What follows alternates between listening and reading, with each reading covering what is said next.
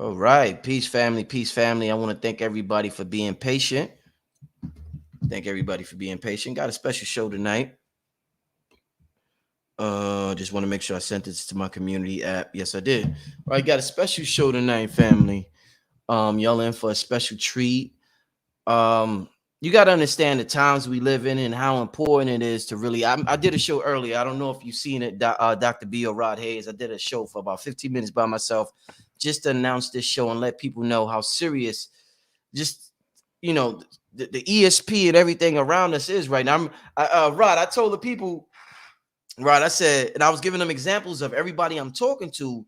Their ESP is on the max right now, and I'm like, yo, man, I talked to Rod Hayes. Rod Hayes, like, yo, man, you just ran by my mind, and I'm like, that happened because I was just talking to Dr. B about Rod Hayes. So for whatever's happening in this invisible quantum field, Rod Hayes he feels that connection of us talking about him. Because I'm like, what I said, Dr. B, I'm like, oh, you ever heard of Rod Hayes? I'm like, man, the brother's awesome, man. He's like, yeah, I heard of the brother, da da da da.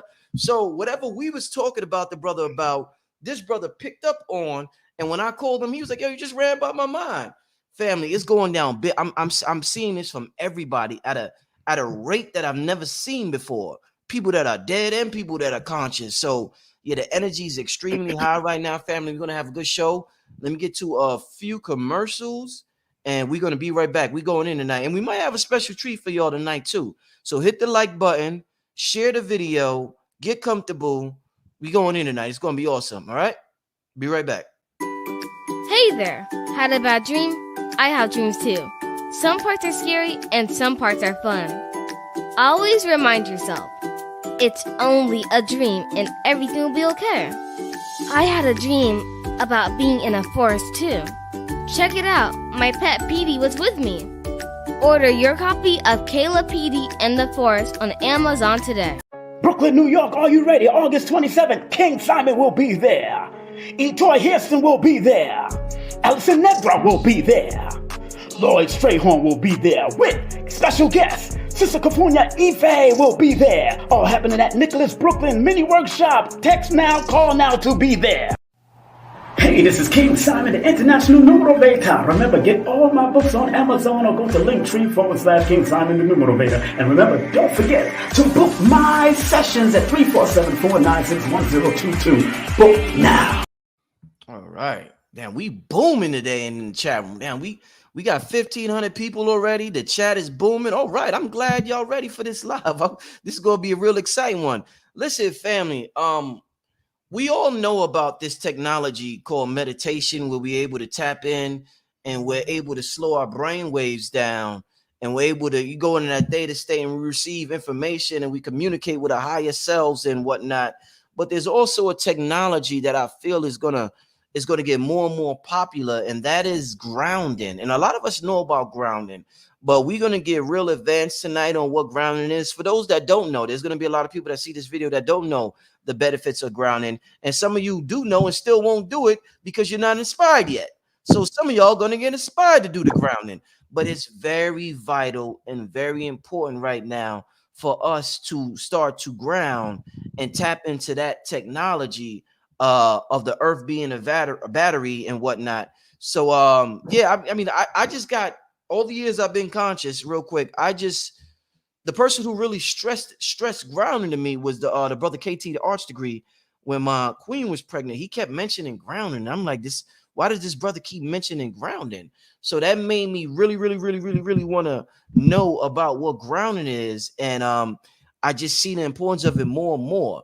So it's going to be a great show, family. Dr. B and Rod Hayes. Let me read this little brief article, and then I'm going to allow y'all to give a brief introduction about grounding to our people. So let me read this. This is from Deepak Chopra's website.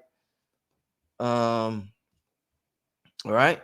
And it's called Grounding the Human Body, the Healing Benefits of Earthing. That's another name for grounding. I'll jump around a little. I won't read the whole thing. All right. The earth is like a gigantic battery that contains a natural, subtle electric charge, a special kind of energy present in the ground. For safety and stability, most everything in the electrical world is connected to it, whether it is an electric power plant or your refrigerator. That's what the term grounded means. Being grounded also applies to people. When you are electrically grounded, you feel centered, solid, strong, balanced, less tense, less stressed. Let me read this. You are a bioelectrical being living on an electrical planet. Your body operates electrically. All of your cells transmit multiple frequencies that run, for example, your heart, immune system, muscles, and nervous system. With the exceptions of humans living in industrialized societies, all of the things on our planet are connected to the ground's electric energy. In industrialized societies, we rarely go barefoot and walk around outside or wear natural leather shoes that allow you to absorb the ground's energy. For many decades, people have increasingly been wearing rubber and plastic soled shoes that act as a barrier to the earth's energy, insulating them from electrical contact with the earth. People also generally don't sleep on the ground anymore, as many cultures have done throughout history. They live and work above the ground, even far above the ground in high rises. The truth is, you're disconnected, you're ungrounded, you're not in touch with the earth. Could this disconnection be an overlooked factor in the increase of illnesses noted earlier? And I ended there because they're going to talk about how grounding can help heal. But that's something that I'm sure these brothers will touch on. This is like a forgotten practice, brothers. This is something that the majority of our people don't do. This is something that, you know, we look at. If we see a nigga with no shoes on outside, we gonna say that nigga crazy. Why? We think of that as like white people shit. You ain't got no shoes on, you laying in the grass. We like, oh, that nigga dirty, shit crawling all over him. So a lot of our people don't really get into the practice of grounding, but we understand that this is technology, this is an avatar, this is our quantum computer, whatever you want to call it. Rod Hayes, Dr. B, Sirius. Let's start out with, let's talk about the science of grounding and why it's so important for who we are in this realm. I guess, Rod, you can start this out. Well, before we get into that, can I take care of some of Big Mama business first? Yes, sir. Yes, sir. Please. Yes. Dr. B, Sirius, what part of the land you from?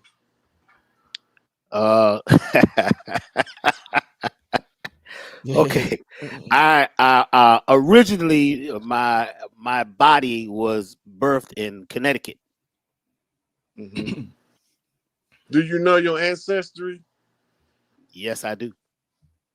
Do in your ancestry, do you have Choctaw and Gullah? I have Crete, and I have most of the tribes, a mixture of most of the tribes in the Georgia, Florida area, South Carolina. That's exactly what I was thinking. Okay, the reason why I asked you that, because the energy signature that I picked up when I first see it, you said that you was a Choctaw Gullah high priest from the land with an electromagnetic connection to the southeastern region. And when you said Connecticut, I thought I was wrong. Well, that's because the people see, even though they may have had me up north, my people all came from the south. You see, so that's a lot of us. My people came from Mississippi, went to Chicago, and then we left Chicago and came to Michigan. Yeah, right. So we traveled the land and we scattered the land because the chiefs and the priests, and because we was fighting the Conjure War. So we have to traverse the land in a very specific manner in order to advance. So I had to acknowledge the priests when I see them in front of the people, so the people will know that this is some higher information. And Big Mama got my attention right here behind me when I first made the connection on the call, right? And she drew my attention to her, and her basket was facing him. He was up above and to the right, like he is now on my screen. I don't know where he at on anybody else's screen, but he's right over her basket. So the connection that me and him is making is a grounding effect from the political family leadership to the spiritual family leadership and how we are tied to the earth. So I had to acknowledge him in public as a high priest, and I had to call his bloodline out. Where's his geography from? And that's why I said, when he said Connecticut, I thought I was wrong, because I was seeing southeastern portion of the land, Florida, Georgia, that Arkansas type up in there. And they were saying that he was a Choctaw Gullah, blood dominant high priest on the land. Mm. Right. So I have to make it the acknowledgement in order to activate the energy that Mm. comes with this whole process, because this is also part of grounding. So what we're Mm. doing now is taking the spiritual information and we grounding it by discussing it in the 3D world. Mm. Right. So when you get to grounding at its source, Mm. it's when you have an electrical current running through an ungrounded wire, it's unstable. It's erratic. It's always moving, oscillating. But soon as you ground it, the focus of the electromagnetic field becomes more concentrated and controllable. In the human body, we generate electricity. A brain is running on electricity, central nervous system, electricity. And electricity is operating in a field that's a magnetic field, which makes us become electromagnetic beings. And the electromagnetic being have to periodically ground, or the arcing that takes place in the body that's not grounded causes what we know in modern medicine as free radicals in the blood. What that is when your DNA divide and then come back together, pieces get broke off, and you need amino acids in your diet to patch it. Well, we don't know nothing about that shit in the hood. We eating chicken and we ain't thinking about no amino acids. We not, definitely not thinking about superfoods and the benefits of any of the nutritional things that can bring the body back to stasis. The earth is um, is the perfect grounding instrument, because the field that the earth surrounds the earth puts pressure from upper atmosphere to the core of the earth. We in the middle of that. So when we in the middle of it, if we don't ground properly, we have all of this arcing, rogue electrical current shooting through our brain and central nervous system. So when we start trying to attain what they call higher knowledge, it causes the arcing. We end up having strokes, especially those with the lesser quantities of melanin, or they'll end up with a condition like Stephen Hawking. If you go look at his case, his brain was firing so fast that it caused his muscles to stop cooperating with the body. They couldn't keep up. He was on the row team in college, physically fit, athletic, but his devotion was to strictly academics, left brain pursuit, and he was never grounding to arc the right brain. So he was only coming from left brain linear logic to a high degree, which was in essence dragging his right brain behind, which caused it to have all of those electromagnetic interferences in his brain, in his neural cortex. That's what broke his body down. Us, we don't normally have the same problem. We got a different problem. We develop broken DNA chains that close in on themselves and begin to create mass or tumors, right? That's if we ground, that arcing doesn't cause the interruption at the DNA level that keeps us from perceiving higher information. And we also learn from grounding when your right foot and your left foot both have a chakra under the bottom. Most of us don't know that. Those two chakras is designed to send an energy field from the earth itself up one leg, down through the whole body, and it comes all the way back around, and it tells Mother Earth what you need in order to ground out your DNA so that the free radicals don't mutate in the system, right? And this is, you got to remember, the DNA is a crystalline amino acid complex at a microscopic level. So the grounding becomes instrumental for insulating the electromagnetic being Mm. so that the electricity is under control. So, you know, what we call addictive personality disorder, where a person's mind becomes so agitated that they can't wait to get the next cigarette and they shaking like this. right? That's because they are erratically firing electromagnetic currents through the nervous system, and they don't know what to do to balance it out. And the earth itself is part of who we are, right? Because we earth-born children of the stars. We stardust in the human body. And to ground to the earth is to tune in to the frequency of the earth. And to tune in to the frequency of the earth can then communicate with our bodies to aid in the healing process. That's all part of grounding. Greetings, Dr. Valentine. Good to see you here. Peace to the elder.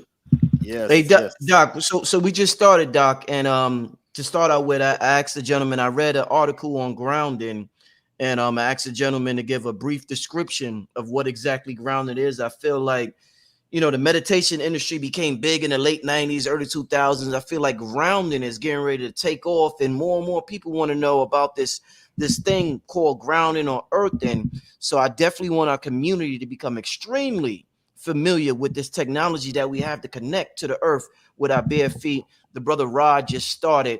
So I guess Dr. B, you could go next, then Dr. Valentine, since he just came in the building. First of all, I'm honored to be in the presence of such powerful beings. It's good to see you again, Dr. Valentine. We go way back to the good life in LA. we used to be lecturing back to back. So it's good to see you again. Same here. But Brother Rod, since you Yes. did a little reading on me, I'm going to give you a little reading that's coming through. Yes, sir. Your people are Nubians. You're one of the original Nubian people of nobility, a builder. You're connected directly to source. So you're not studying information. You're a channel for information. It's just coming through. And that's who you are. That's what I'm reading. That's what they're saying at this particular time, that you are not a person who is working. Your thing is you're a channel. You're allowing energy to flow through you. And it's good to see that. And that's why, I see your name is Rod. You see, so that rod is when we talk about electricity, we talk about the rods. You got the positive node and you got the negative node, or you got the anode, and you also have the cathode. So you got the positive and the negative creating alternating current at one time. Now, I had to say that because you went in on some of my stuff there, but hey, bitch, I love these brothers, man. Since Brother Richard started something here, I be asking, why you want to start trouble, man? We trying to keep it. He says, no, let's take it off the track. So we going, let's go. Yes, sir. Yes, sir. So I come from a background of music and electronics. Okay, so I've been a record producer, a recording engineer, mastering engineer. I was building synthesizers back in the day for companies. And the whole thing was all about energy and being able to take energy and use it to create sound or to create frequency or to create flow, you see. And I went to electrical. I went to audio engineering school, not audio engineering, electronic school. And I went for I always tell people 2.5 weeks.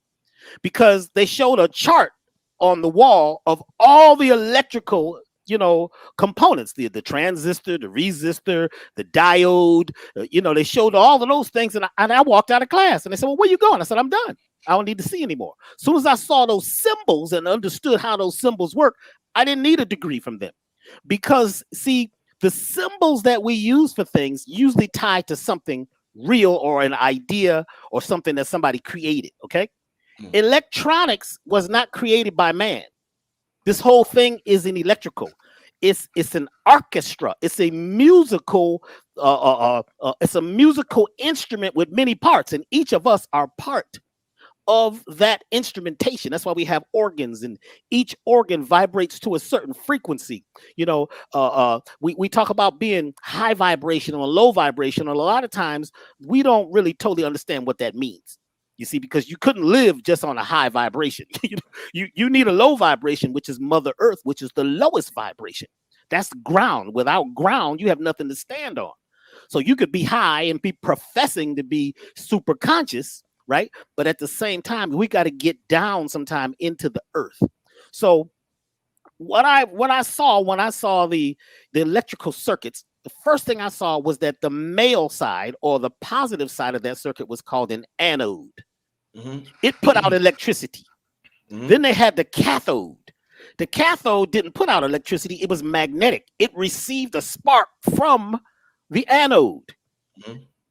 I was like, well, okay, that's it. We don't need no more. I realized that we have, we are conductors. We're conducting energy, right? We're taking on a life force. And what happens is distortion pops up because of your belief system, because of the foods that we've eaten, because of the music that we've heard, because of the programming that has happened, because of all the things in our world which create an obstacle course, an obstacle course that's going to challenge you to get to where you like to go.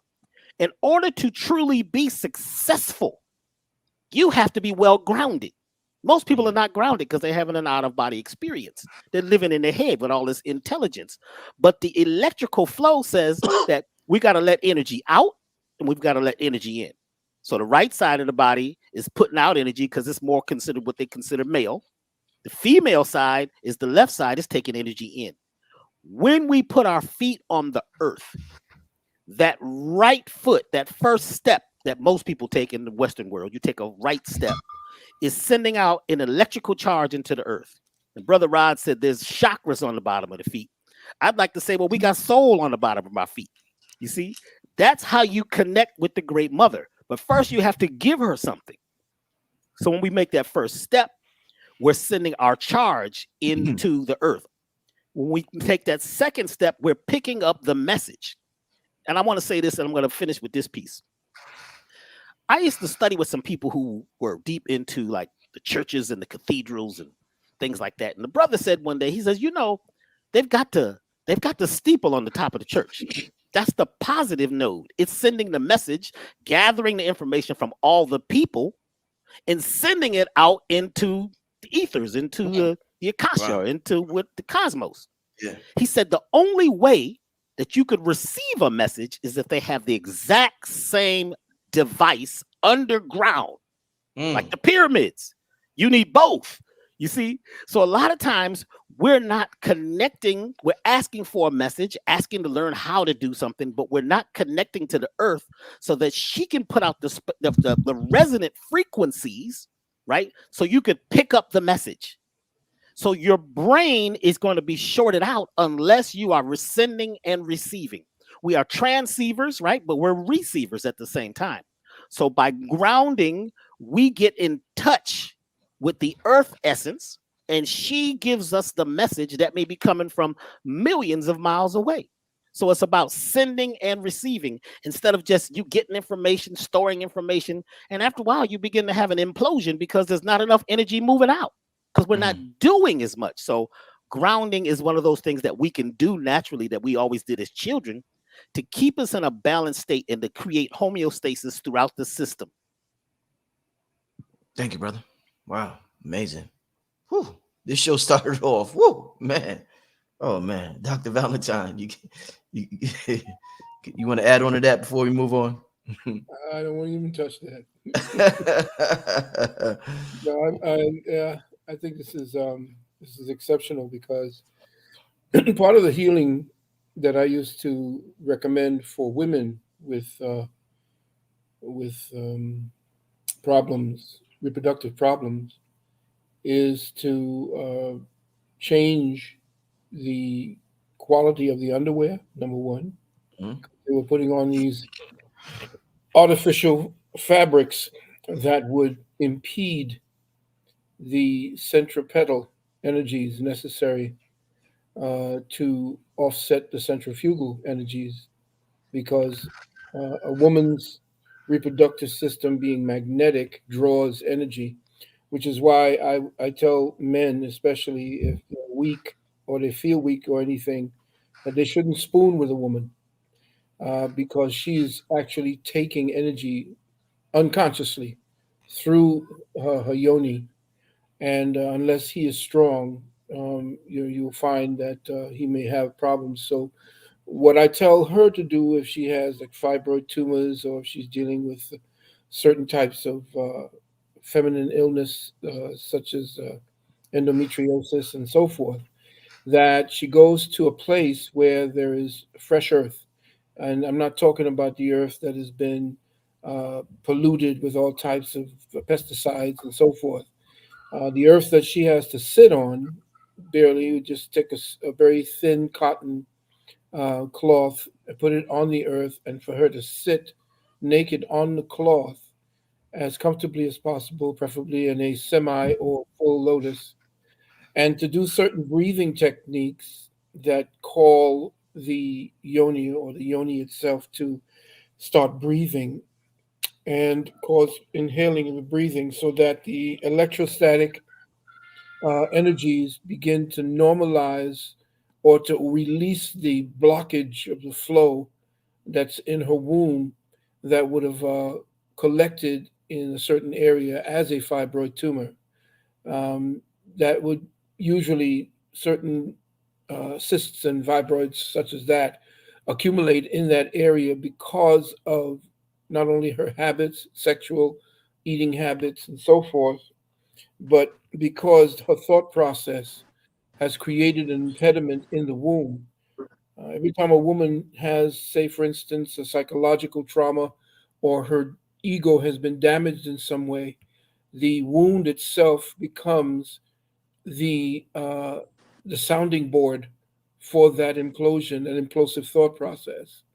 And a scar, a psychospiritual scar, an etheric scar is formed around the womb area that, should she continue the kind of thinking process and the kind of habits, that the body begins to defend itself by putting an enormous amount of fibrin, which is materials that the body creates in order to heal areas. So a woman with a fibroid has a an inordinate amount of or collections of fibrin in that area because of the damage that her thoughts, her habits, her emotions has caused in that area. So sitting on fresh earth and helping to normalize the electromagnetic, electrostatic energies that are in that area normalizes the flow and brings more blood to the area so that more nurturing and healing blood ends up in that area. I just want to close by saying that grounding is good as us physiologically, and if you want to deal with the physiological components of grounding. But the first thing that has to happen is the brain and your thinking process, matter follows mind. That's the first thing we must understand. Matter follows mind. And because matter follows mind, the body is going to obey the mind, even though the elements around there wants to help the body, wants to normalize it. There may be impediments based upon certain thought processes that have accumulated in the index of one's memory bank, if you understand what I mean. And the habit or the proclivity towards self-judgment creates certain conditions that impede what nature wants to heal. So grounding first has to take place by an inventory of specific thought processes that contribute to the short circuiting of that natural flow that nature mother gives you. The fact that we don't walk barefoot on earth anymore is also that impediment. The fact that we have rubber as our soles and we walk through certain areas with rubber on our soles.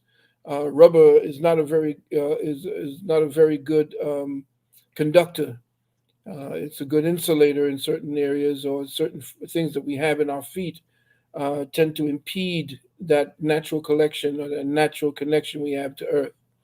So the first thing I would say is that yes, there are mechanical things that essentially contribute to the grounding. But if we do not ground as above as below, if we do not ground above as we are grounding below, then whatever it is that nature has to offer becomes a gift that is lost. Indeed. So once again, I want everybody that just came in. I want to thank everybody for joining us. We got almost 4,000 people in the chat. We had a nice surprise. Dr. Valentine joined us. Y'all didn't know Dr. Valentine was short. That was the surprise tonight. I know y'all would enjoy it. Make sure you share the video, and make sure you hit the like button. That's very important, family. Make sure y'all hit the like button. That's very important. I want to ask y'all. So there's this science that we have. Since we're talking about grinding these advanced sciences, there's a science where um when we want to manifest something and we're drinking water, like let's say this was a clear bottle. I don't have a clear bottle of water. Well, okay, I do have a clear bottle of water. So let's say I got this water. You got what? Yeah, everybody got the water. Okay. So, and I want to manifest something. They say since we're majority water, you write what you want to manifest and you can put it on a water bottle and you drink it and it changes the molecular structure of the water that you're intaking. What I want to ask you is since we're absorbing the negative ions from the earth in the dirt, what if I take that same thing and I write divine health or wealth and I stick it in the dirt and I ground in the earth? Now, would that have just as much as of effect as it has with me drinking the water and the label on it? Or let's talk about that. Stick it right in your intentions and put in the dirt and grounding like that. What would that do, family? Well, Well, the go ahead, Rod. the water. Oh, excuse me, Doc. Go ahead. No, you got it. Okay. Water is the physical simulation of spirit. When you see water in a dream, it's just telling you spiritual information. The earth is earth magic, the water is water magic, fire is fire magic. Ether is ether magic, which is a whole different level that you got to get past the first 4 to even get to. When you talk about manifestation and charging water, it's because of the nature of water itself. Water don't argue with you. It just be. Mm-hmm. It can be powerful enough to knock down a concrete structure, and it can be soft enough to wash a baby's bottom. Water is its own entity, but it carries a current and a frequency that the human psyche affects. Our psyche affects the water. That demonstration you gave, you take the water, whatever you write on that water, and the more people read what you wrote, the stronger the water can manifest what you written on the water, because everybody that read it looks at the water and say, oh, and they give it energy. So it becomes a vessel of accumulated energy in the molecular structure of anything that holds a foreign energy has to change. So you can actually monitor water, and it's faster. Earth magic, putting the what we call the notes in the dirt, that's a different form of magic, and its manifestation takes different properties. So now we talking metaphysics in relation to bringing about thought forms into the physical world. The fact that you writing it is also part of, you just brought it out of the 5D and put it into 2D. So you already 50% of the way of making it into the 3D, because you came from above and below and brought the energy to a convergence in the 3D already by writing it down, right? And by writing it down, the mind now has produced the first seed of manifestation in the 3D world.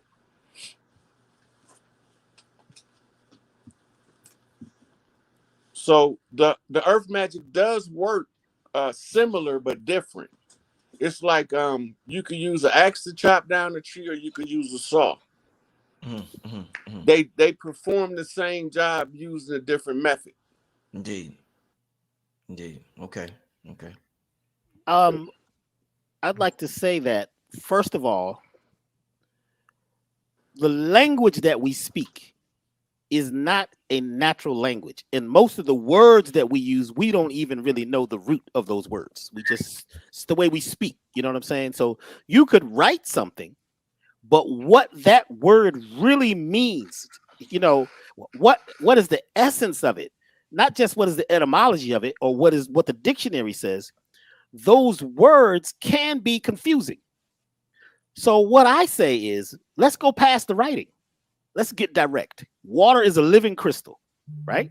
Especially if it's moving. If the water is moving, then it is living. And when it's still, it doesn't have the current like it does natural flow of a spring. Once you get your mind, and Dr. Phil touched on this, once you have your mind focused on your goal, and instead of seeing the goal, because your eyes have been getting photoshopped since the beginning too, really, your eyes are getting tricked, right? If you can feel what it is you desire, see, feeling trumps thinking, even writing. If you could feel the goal that you would like to achieve, you hold the water in your hand. Just close your eyes and imagine you're feeling your desire. We cut past language. We cut past all of that. And you are now energetically putting that water in your right hand. You're energetically sending the waves of your feelings into the water. So if it's love, and here's another thing. A lot of people have these, folks come and they say, well, Dr. B, I got these mantras and these affirmations. And I said, well, what are they? And they go on and on and on for 3-4 paragraphs. I said, see, if we could break it down to simplicity, something that is so basic that a little child could know what you mean by this. And let's just work on that. Hold your water, charge your water by having that one thought. Now, this water I'm drinking happens to be really good water. It has good energy from where it comes from. But the average water, you're going to write on the water, probably already got writing on it. What is it? They're talking about what it is, where it's from, who made it, how many ounces. You see? So that's why I said, unless you can get a clear glass jar and write, but go further than writing, feel yourself in the place that you desire. Even telling the water, because the water, right? Usually water doesn't even have the right makeup because they took it and filtered it and did a lot of things to it, right? So it's got to have potassium. It's got to have the right amount of sodium. It's got to have the right amount of calcium so that it is charged like the ocean. That's why our cells are not receiving the water, even though a lot of folks are drinking a gallon a day, still, dehydrated, because the water has to be charged, because the opening in your cell that receives the water it looks like a snowflake, like the 6-pointed star. And when water is charged at its highest vibration or its best vibration, it's going to have a 6-pointed star shaped like a snowflake too, and it goes right into the cells.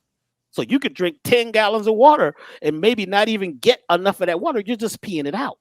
So once you have really good crystallized water, which to me, in my science, we say spring water in glass. It's been in glass, you see, and then you're going to charge it with your idea or your thought, and you make it simple, but feel it as if it's happened now.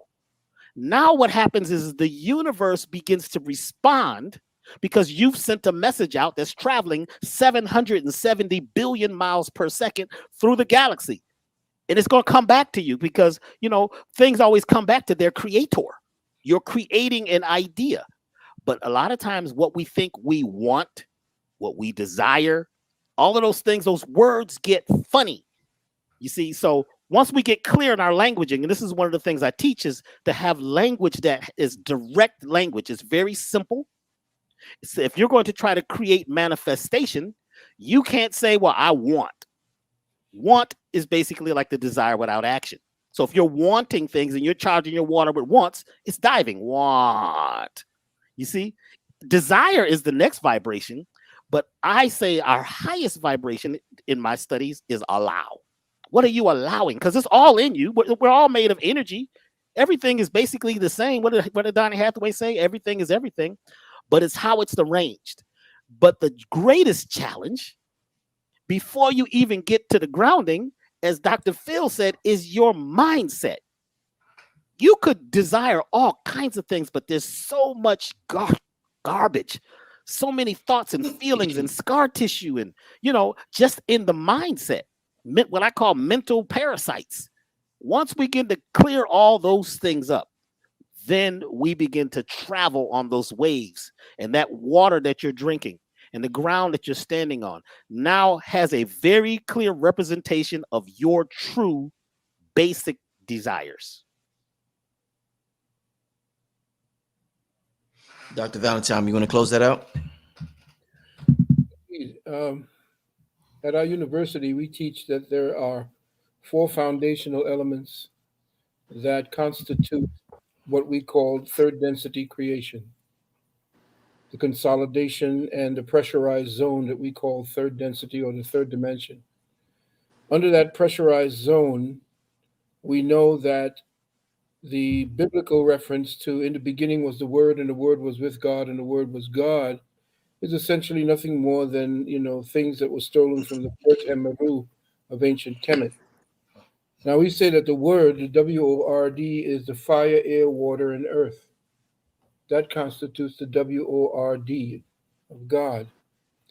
That spoken energy is resonating through us, through different parts of our body that are constituted of these 4 elements. The 5th element is not just ether. Ether is actually the medium or the nexus to time. So the 5th element to us in our school is time, because without time, the third density pulse would not have a place for manifestation. It would not have been able to set up the resistance necessary for it to be, because third density represents resistance from the call of the One Most High. Because if that was the case, there would be no creation, quote unquote, as we call it. There is only condensation. So in condensation, we know that all 4 elements run through our mind and through our hearts, through our bodies. As the good doctor said, the blood in our bodies and what we are constituted of is liquid crystal. So blood is conditioned and qualified liquid crystal. It is the conduit for desire and for feeling. So if you want to actually take words and use them, as he said, the meaning of the words doesn't matter. What we teach, it doesn't matter the language. It is the intention based upon the understanding and overstanding conveyed through whatever language is necessary. There were 4 great languages, which is Medu Neter and what became the Kumedu, what we call Hebrew. I call it the Kumedu, or the fire language. So when you're dealing with the use of one of these elements, the earth element is the fundamental last stop for the condensation of all 4 elements, starting with fire, air, and water. That which is consolidated in the earth then becomes a place where each one of those previous 3 elements can root themselves so that all life becomes. If you want to use words to activate the energy so that you can convey it or have it broadcast out, you still have to add all 3 of the other elements to actually constitute the word itself. So you can't just put your words in. You have to put your words in based upon the qualification of the water. So you can speak your affirmation into the water, and that's distilled water, that is, because distilled water is unconditioned water. And you can actually condition it with your thoughts and your words. And that would take 3 days in the sun in order to charge it with the plasma necessary. And then you get into a dark place and you speak into that water in a place where your mind is clear and the intention is clear. And now what you do is you take that and you place that water in earth that is, there is a certain type of earth, black earth, that has the strongest magnetic charge, and you can get it. It's black earth, and I forgot the name of it. Forgive me, I can get it for you later on. But you place it in that earth, but you also have to place representations of fire and of the air. So what you are now broadcasting is a complete representation of the divine word as it becomes your word for manifestation. So you're combining the elements, Doc. Fire. That's deep. Wow. You cannot put them. You cannot I just wouldn't. do it singularly. I would have never thought of that. That's amazing. Wow. They were Okay. never. They were never created like that. You are constituted of all 4 of these elements, and the timekeeper is your heart. Okay. Okay. Amazing. That's why I'm glad I have all y'all on here. Amazing.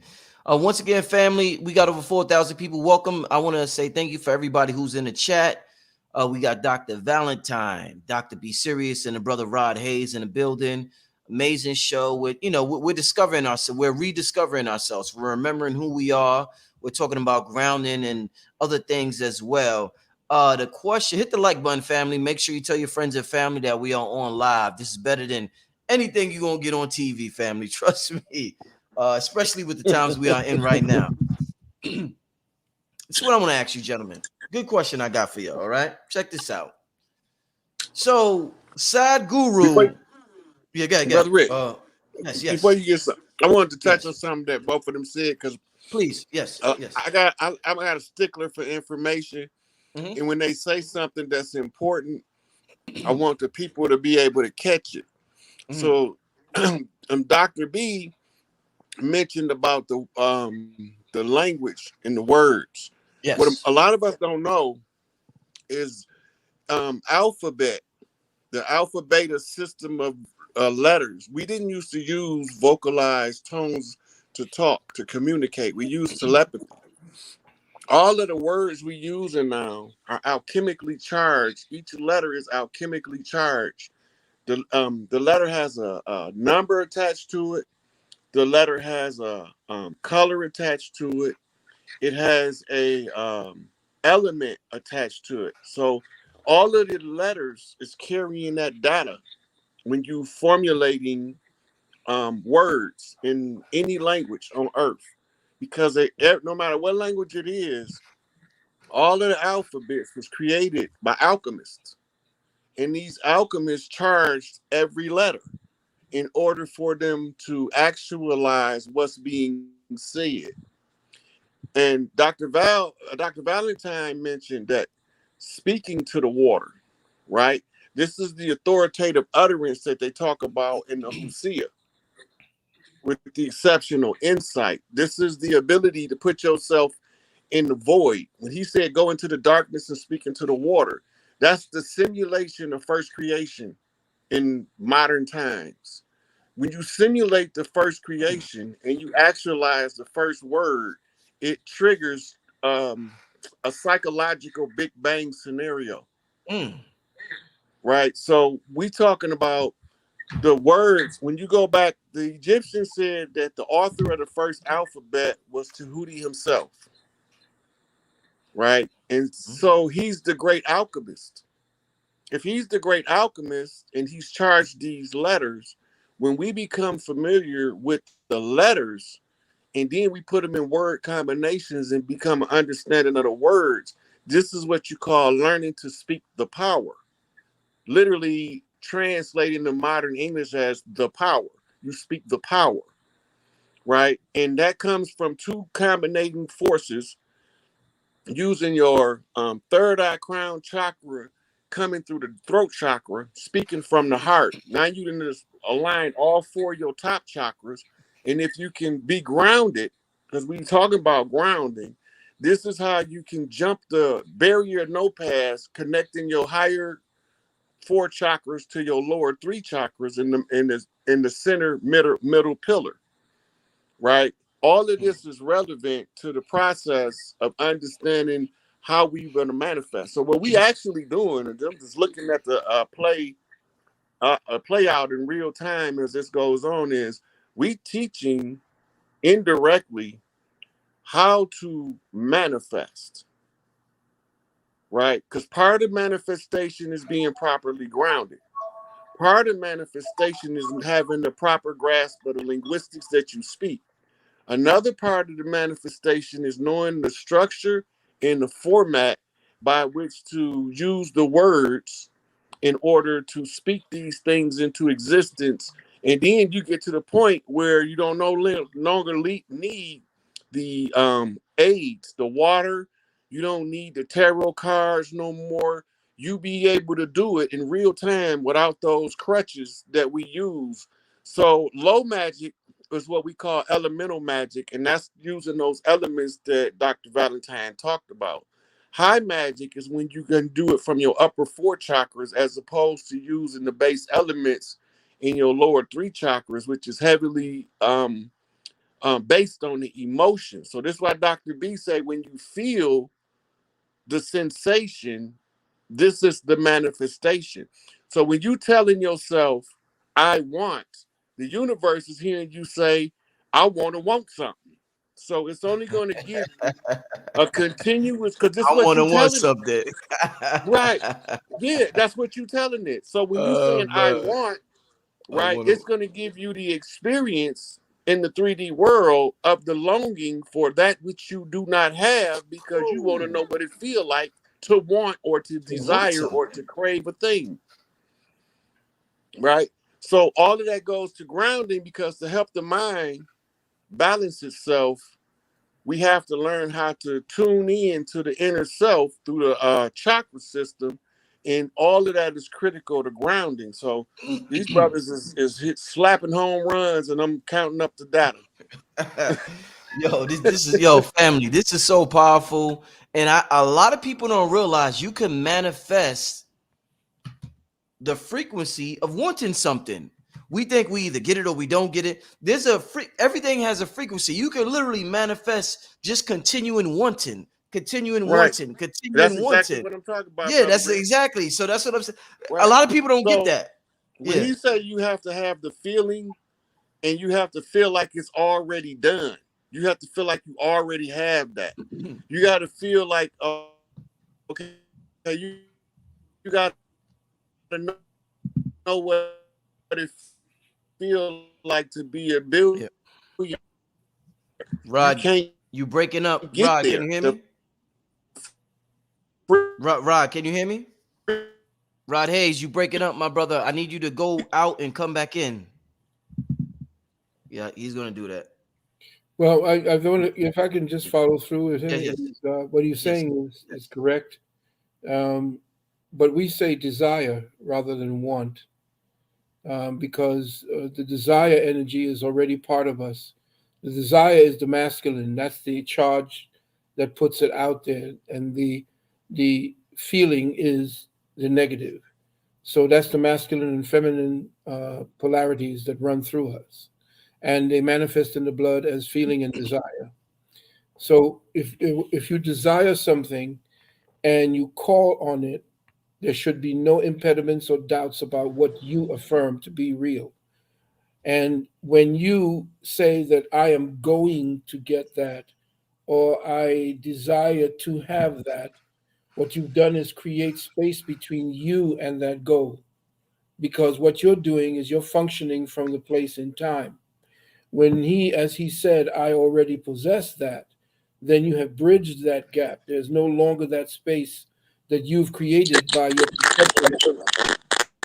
And Oh, so your perception of time sometimes impedes it and frustrates you from getting the desire that you wish, or the goals that you wish, because you've placed it there. Like people who meditate, for example, say, I want to go into a particular state of meditation so I can achieve nirvana.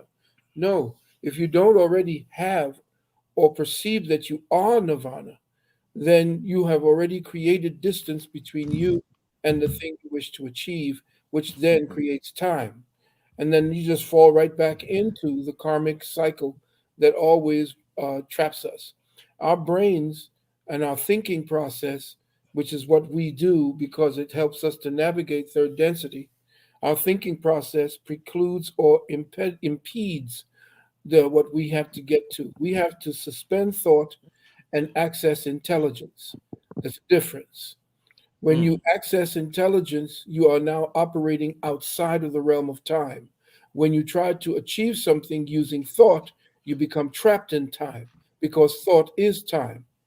So when you understand that say for instance, you look at fire, air, water, and earth. Fire, you see fire manifested as the flame.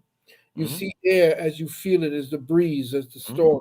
mm, Water you can actually touch as a liquid that flows, and mm, earth you can scoop up with your hands.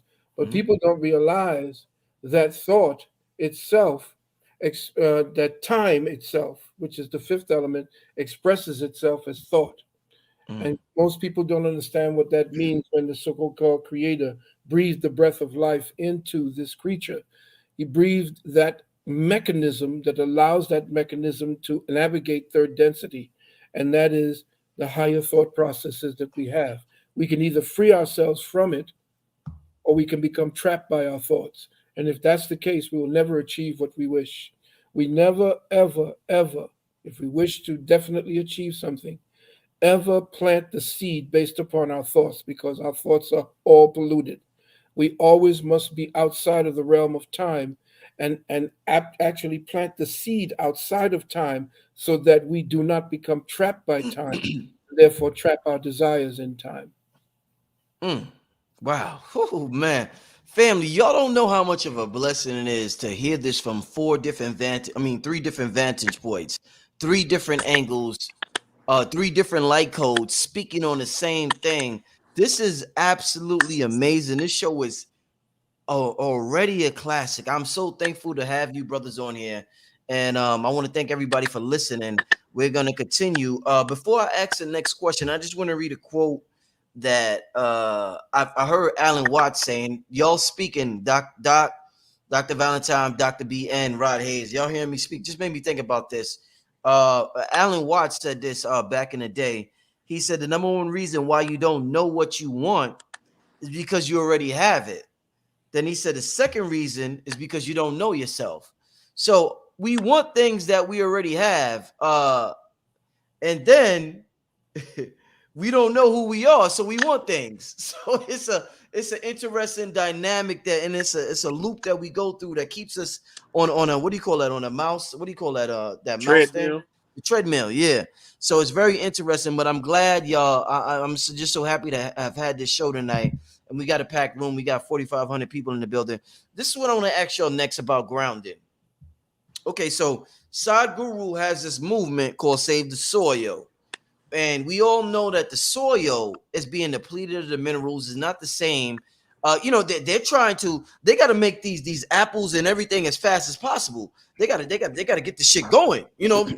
People in New York want apples, people in Florida, people in Kansas, people in LA. So they got to do whatever they got to do to make this turnover as fast as possible and make this a business. So the soil's not what it was 1,000 years ago. Unfortunately, because of that, the apples ain't the same. Apple don't taste the same. Orange still tastes. None of this stuff tastes the same, and it don't have the same nutrients. I think they said one apple today is the equivalent. No. I think they said like 30 apples today. I might be exaggerating. Is the equivalent to one apple 100 years ago. But the point is that the soil is so crazy right now that we're not getting what we used to get when we're eating this so-called healthy food. So the question I want to ask y'all: when we ground, because the soil's eroded, if it's affecting the food, is it affecting us as well? If the apple ain't the same, what about our machinery, our human avatar? That's not the same as well when we ground, because when we ground and we put our feet in the dirt and the soil, we're not getting the same things that apple's not getting. So that apple's not the same. We're not the same. So is this a technology that is slowly expiring and it's not the same as it was 200 years ago when we talk about grounding? The earth has been here for a long time. Mm-hmm. The human can do things to scar and scorch the surface of the earth. Mm-hmm. Before the earth allow us to destroy it to a certain level, it will destroy humanity. Earth is a living organism. What you're talking about, they had a Senate Select Committee back in 1932 that had determined that the farmland had depleted soil, and if they didn't change the locations of the farms, that the nutrients that's in the food that's stimulated through the growth through the fertilizers and the pesticides, that we would have to resort to supplementation in order to get the proper nutrition to the human body.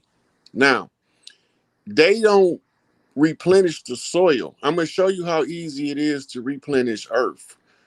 Dead farmland, barren farmland, if you spread moringa on that same farmland, it will rejuvenate the soil itself to grow properly nutritious food. Just moringa. Moringa also is an electric magnetically charged superfood. The counterbalance to that is called maca. Maca is a magnetically charged superfood. Both of these superfoods can take a person in 7 days from near-death malnutrition to functional, right? They are aware of this. They got the journals, they've wrote about it. But the thing about it is all of everything that you can think of in this system that we are under has been weaponized against us. So they don't care if they can create a GMO that'll artificially stimulate the growth to fill the stomach. They don't care about the nutritional balance in the being, because whoever it is running the show is very, very anti-human, because everything they do is deliberately weaponized to keep us in a less stupid state where we can't think outside of what they told us in read, write, and arithmetic, right? So when you look at the nutrition directly affects the thinking functions, the bodily functions. All of the cancers is based on the body being excessively acidic, and to take the body back to an alkaline state. That's also been proven by a guy named Otto Warburg back in the 1930s. All this stuff is nothing new. They've been knowing this for years. They doing it on purpose. What you said is absolutely right. If the apple ain't the same and we've been consuming the apple, we not going to be the same. The only thing we can do is thank Big Mama Universe for making us adaptable so that we can figure out how to meet the threat and overcome the obstacle to continue to follow the path. Without that, we would be lost and we would lose. We can't lose this time, right? So we got means to restore the soils that's already natural to the earth. We got the means to restore the waters that they've polluted with the stuff that's already on the earth, that's from the earth. You don't need artificial man-made chemicals to clean none of this up. Earth has for every imbalance, Earth has a herb or a vegetation of some sort that'll cure that imbalance, right? And that's all goes to the grounding, because grounding also consists of proper nutrition. Because if you're not properly nourished, your attempts at grounding is going to not serve you as effectively as if you had proper nutrition.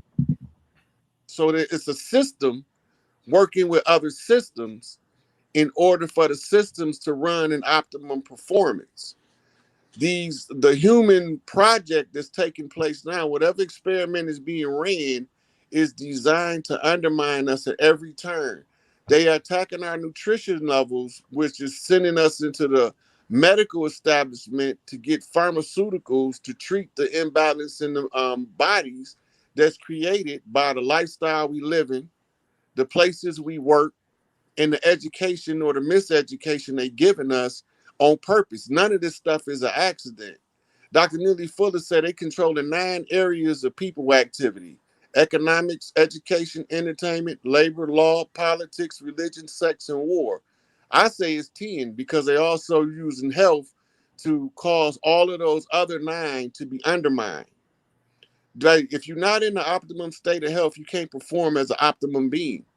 So if you are going to be, as they call it in German, Uberman, right, the perfected man, right, then you got to reach a certain point where your nutrition have to be at a certain level, and you have to be certain amount of balance to the earth, sync to the earth. The earth is like it's, even though we're not physically connected directly to the earth, we still have an energy field, a torsion field springing from our heart chakra that connected to the torsion field that is projected from the earth itself. So when Tahuti talk about an emerald tablet cycles within cycles, he's talking about torsion fields inside torsion fields. This energy frequency that we trying to balance out, this divine Shakti, is the divine feminine that is chaotic energy if you're not balanced. But as soon as you become balanced, that energy right brain, abstract logic overrides your linear direct information. That abstract knowledge can tell you you can look anywhere and gather information that the universe is telling you once you become aware of the balance in the two hemispheres of the brain. That's what they call the awakening. All it is a perfect state of balance or homeostasis. And homeostasis just doesn't mean free from cancer and broken legs. Doc? You know, from our ministry here at Elevation Foundation, we look at artificial intelligence in a very special way. See, a lot of things that we think, right? We think of artificial intelligence as computers. No, artificial intelligence is the story that's been being told, and who's been telling it to you. You see, some of the things that we think these people are powerful in, and some of the things that we think they're doing to us, is an illusion. So if you believe it, right, then all of a sudden you're looking out and you've already lost the battle because you're focusing on something that you cannot control. See, there are things that you can control. If you focus on what you can control, what's right in front of you, you can expand that circle. So whatever they're doing to the farmland, why are we eating from that farmland anyway? If we know for 200 years they haven't been replenishing the soil, why are we getting food from there? Because that's not even food. So you got a yard, or you got friends with a yard, you got abandoned areas right in the hood where we could throw some seeds in there and grow something. And I could tell you that some of those abandoned areas, even in the city, have the original nutrients, because where the nutrients are really used and gone and washed down to the equator is what? Where they're farming every year, over and over and over and over. So everything is available to us and everything is in us. As long as we get the enemy out of the room and stop maybe looking at what we think they're doing, what are we doing? We got an enemy in ourselves. We got to outwit our own enemy. Now, if I go outside and stand on the soil, and I am in my mind a superconductor, let's break down a superconductor. A superconductor is a device or a thing that can give away all of its energy and never lose any. It can give it all away. It's instantly right back. It's in superconductivity mode.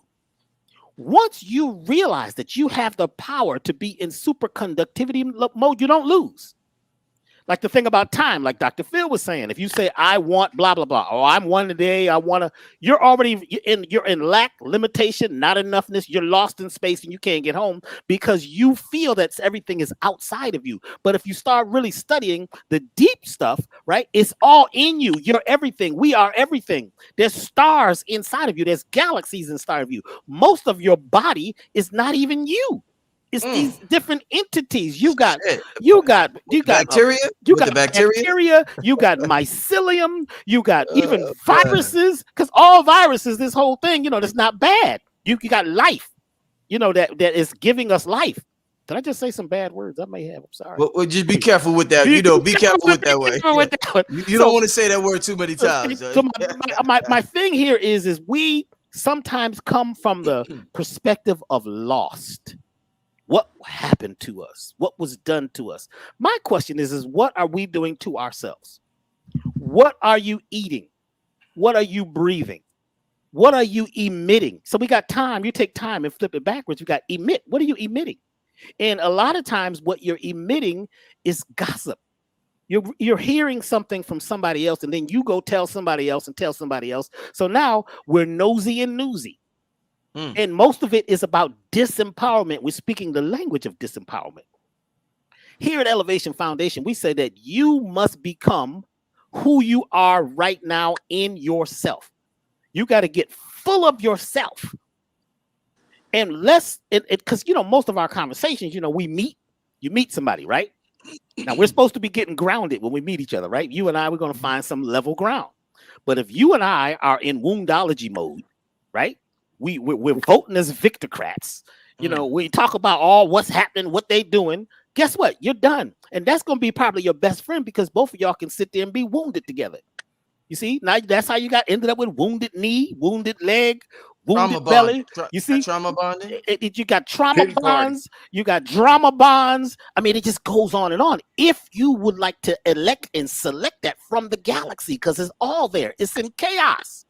You are choosing what is coming through. Now, first, you got to get rid of some of the stuff that you got.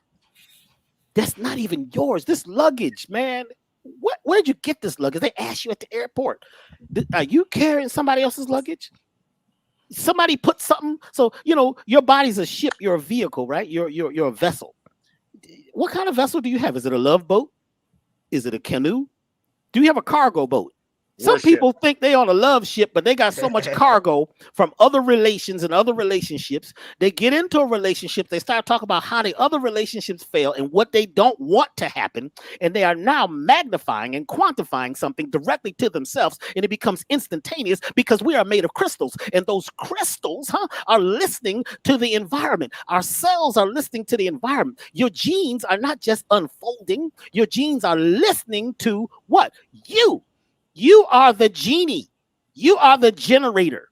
And if your thought process is all about lack, loss, oh, we black, and you know what they do to black people, and see, oh boy, it's racism, it's thisism, you're done. Forget it. Go on, eat you a nice chicken sandwich. You know what I'm saying? And just it's okay. Hey, take it easy on the chicken sandwich. See, I didn't say it was anything wrong. See, that's like some guilt. If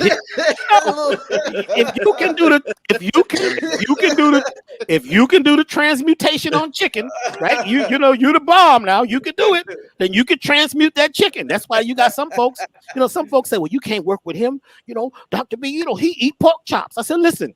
That dude put a roof on my house better than anybody else. He can eat pork chops and do whatever, as long as he can actually do what he does. Because some of us, we realize that we are alchemists. You can create something out of nothing, like grandma. Grandma, I go in her house, she don't have nothing. 10 minutes later, she got a whole big thing of food like Thanksgiving. How is she doing that? She's manifesting because she doesn't live in lack. She doesn't live in limitation. We don't, when we sit up and study all the stuff that was done to us. Like I told somebody one day, they said, man, there's another slave movie. I said, I'm not watching no more slave movies. You see, I'm not saying it didn't happen. And I don't even know if it happened the way they said it happened, because it's, you got to be careful. And like, even when we say, I'm an African. Well, I mean, I'd like to go past that. What was we before that?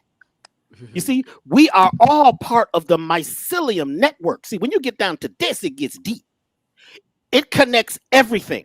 It's everywhere. It's nowhere that it's not. It's omnipresent. It's in the water. It's in the air.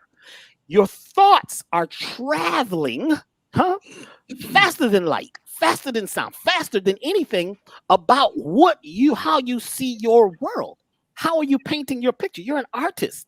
So if you wake up in the morning and you don't tune up your violin, you don't tune up your guitar, you're going to be out of tune. Now imagine all day you're out of tune.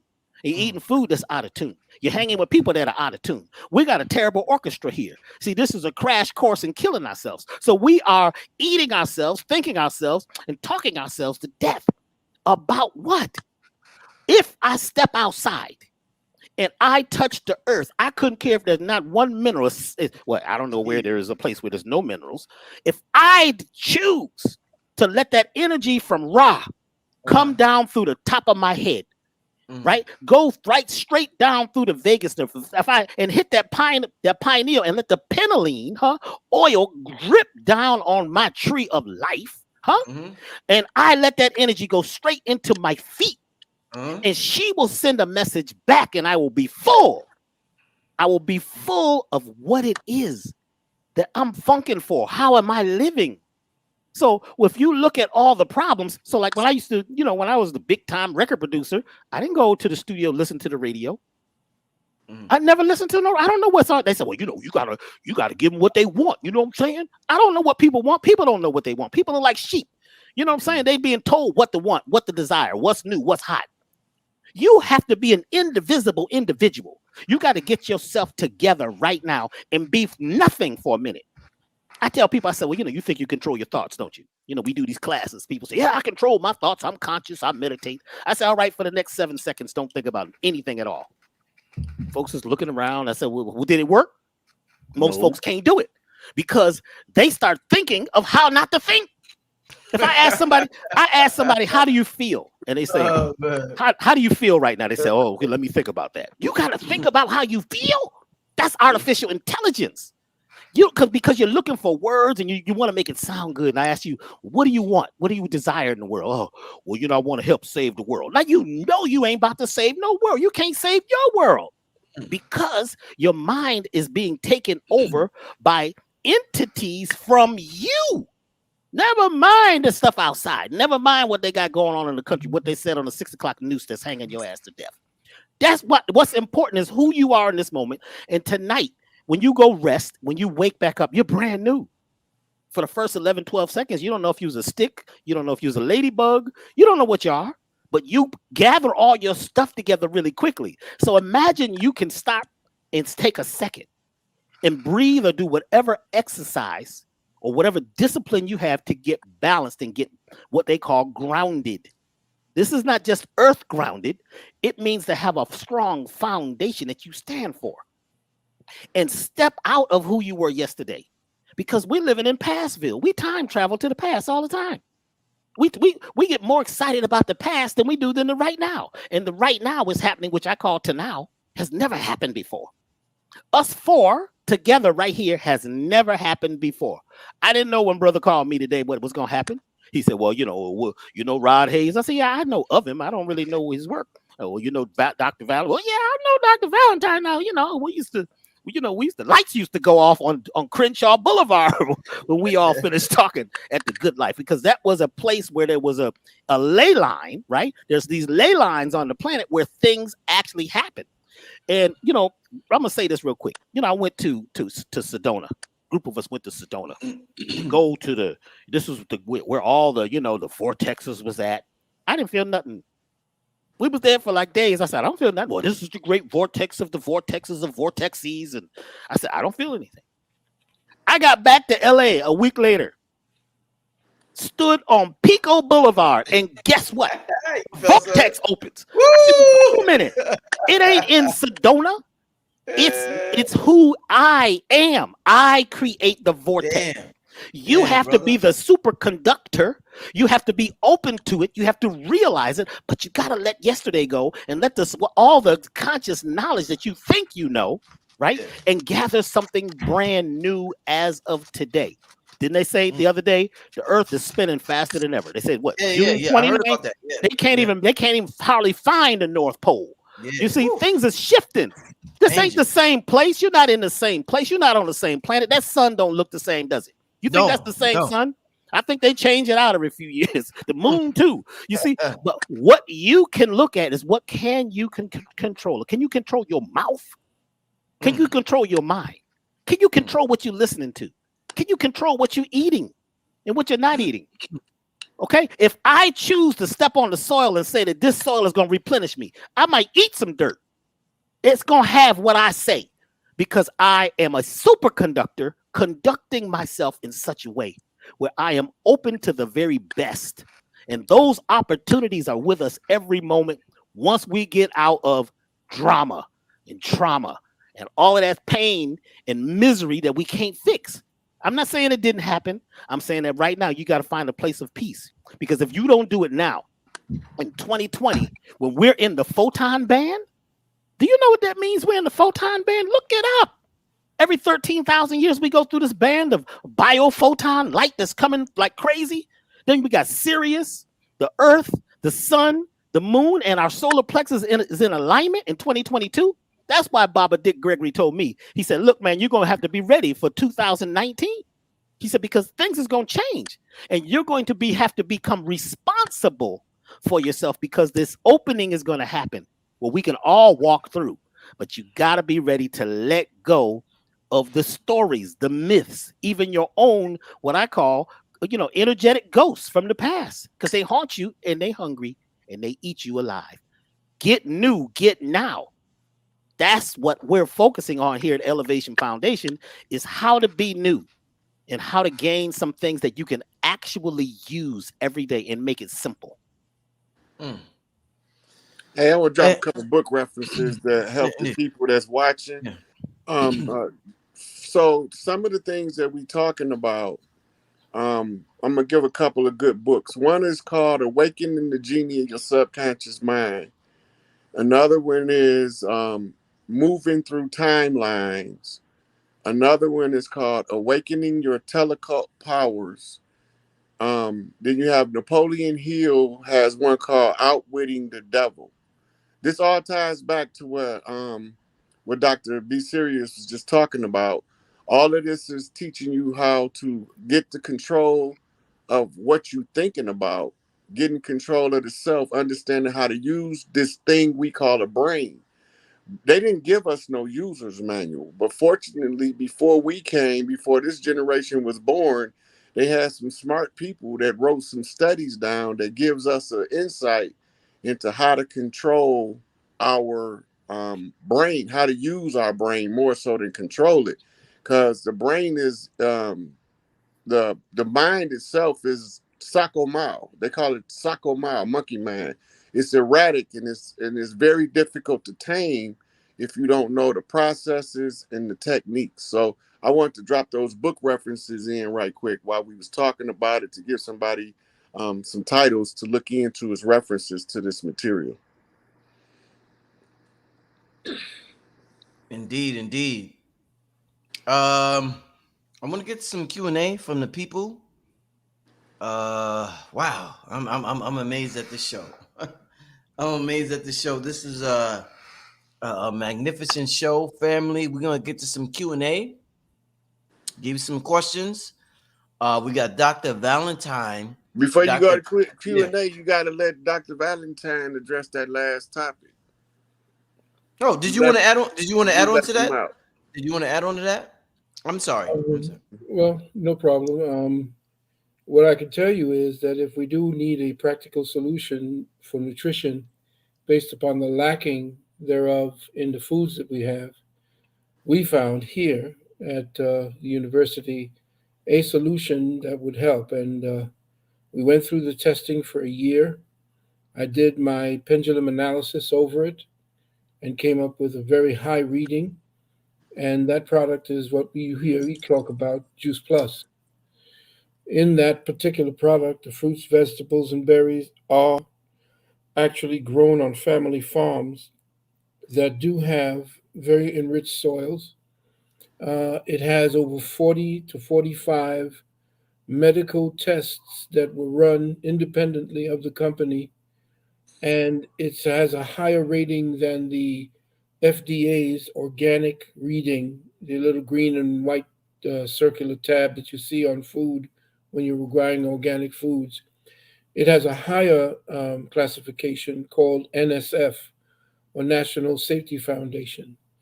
And that particular purification monitoring process, if one or two of the products that they're bringing to it is found wanting, the entire batch that was shipped in that day is eliminated. So if you do want nutrition that can help to compensate for what we don't have in the foods, and this is again a practical suggestion for those who are interested, they can get in contact with our university. I guess at the end of this particular broadcast, we all can actually say give our contact numbers.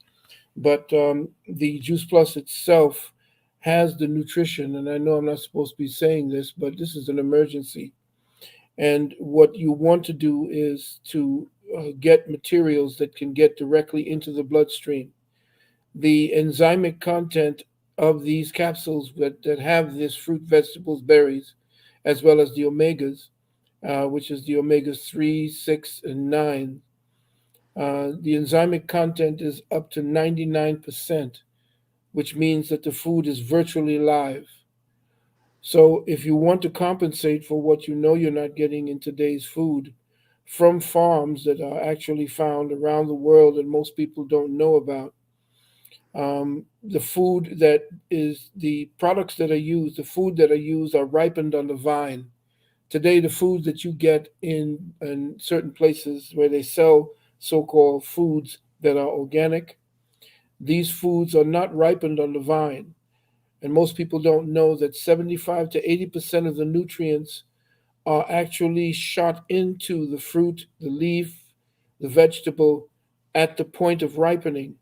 So most of the time, in order to get it to market, they will pick it before it's ripe and they ripe it on the shelf. So that's why there's very few nutrients in the products that you're eating today.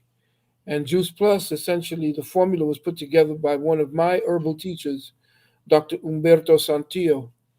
And he put together a formula that helped to save his father, who was destined to die in 3 weeks from a esophageal cancer.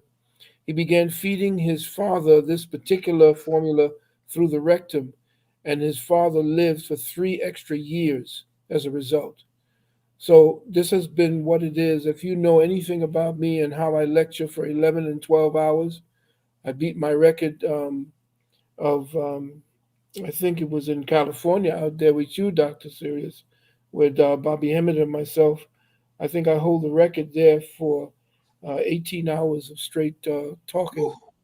And Jesus Christ.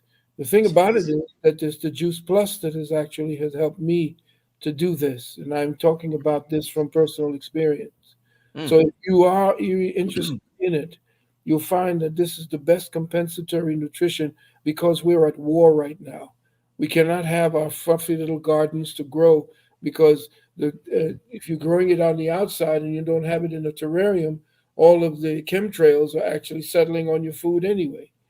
So you have to understand that the places that Juice Plus picks their foods from, they have these very secured farms, which are not industrial farms. They're family-owned farms, black-owned farms, white-owned farms, family farms that they get their materials from.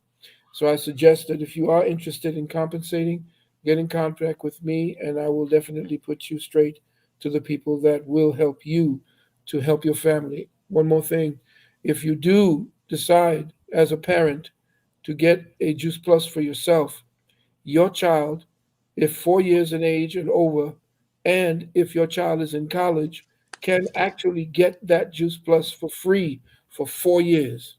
Mm. Okay, that's how serious the company was. Like I said, I vetted them for a year before I began speaking about them, and I can actually say that this company is valid. Indeed. Let's get to a couple of questions before we get out of here. First question is there a difference between the soul, consciousness, and spirit? And if so, may you expound upon it from your perspective and experience?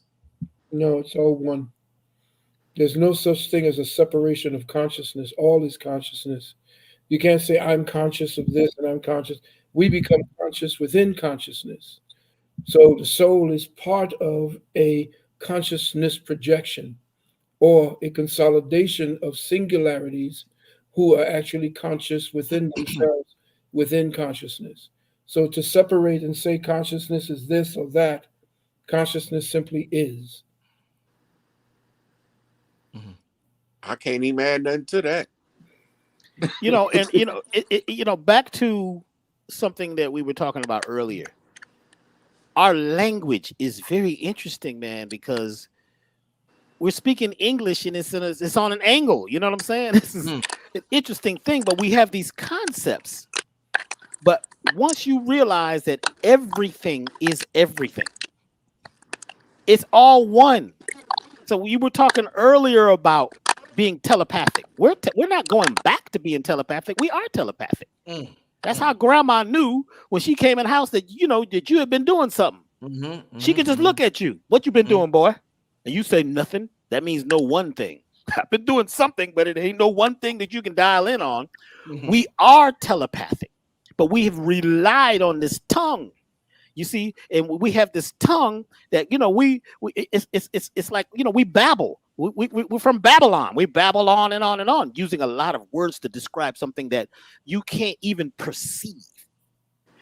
This thing is so deep that and each person has a different discipline until you realize what is yours. And then you get out of describing things in such a way because the deepest stuff that I have looked at is ineffable. If it's ineffable, it can't be explained. Like mystical, you can't explain to me a mystical experience, because mystical means no tongue. What you trying to explain? Well, see, what happened was I was out there and the lights came down. Then all of a sudden I could feel this vibration, and then the fairy came through the wall. See, that's Disneyland. That's what you got from Tell Vision. You see, putting these things together. Some of the deepest and some of the deepest experiences that cannot be explained. So many things have happened to me since I was a child. And people say, well, what happened? Can you break it down? No. It's not possible. Why would I even do that? I'm gonna let the air out of it. It's just listen. If you could let feel, the air out of it. if you could feel the energy that I have, and as I I create more and more energy in the moment, because the more I give, the more I receive. You see, once you are in the place to be, and once you are not fighting and speaking the language of strugglers and going to the strugglers convention. Right, you can begin to manifest right now, because it is all available in this particular moment. Once you realize the opportunity that is here right now. So they talk about, oh boy, next week is 8/8. Well, that sounds deep, 8/8. Well, it has some significance. It does, but it's about you and where you're at. Who you are, what is your impulse, what is your goal, what brings you joy, what would you do? I ask people, they say, well, I got to find my purpose. I said, well, what would you do for free? If it wasn't any money involved, what would you do? Some folks don't know. I ask folks, well, what do you desire? What do you really desire? And they kind of stare off, and they they'll say, well, I don't want to have cancer, I don't want to be sick, I don't want to break up with my girlfriend, and they speak of what they don't want. On and on and on. And I said, well, what would you desire? Well, I need $1 million. Well, that's only 500,000, because you got to pay taxes. Unless you know how to handle that. You see, this is not $1 million. You need to, your numbers need to go higher. And will you want money if money is losing value? If it's fiat money, what is it? Where would you like to be? Can you sum that up? Can you bring that up? Can you conjure that in your mindset? Can you be there now in your mind? And the only reason why we can't is because we got mental parasites, physical parasites, emotional parasites eating us alive. Once you detoxify from those things, because see, it's just like a guy told me the other day. He said, well, like to me, I did my parasite cleanse. I said, but listen, I deal with systemic parasites. Do you know what they are? They're not the ones in your colon. They're in the one in your head called toxoplasma. Have you looked at that? Where they say 75% of the people have this parasite that's controlling their mindset, keeping them fighting and angry and poor, broke, lonely, hurt, sick, causing you to do self-harm.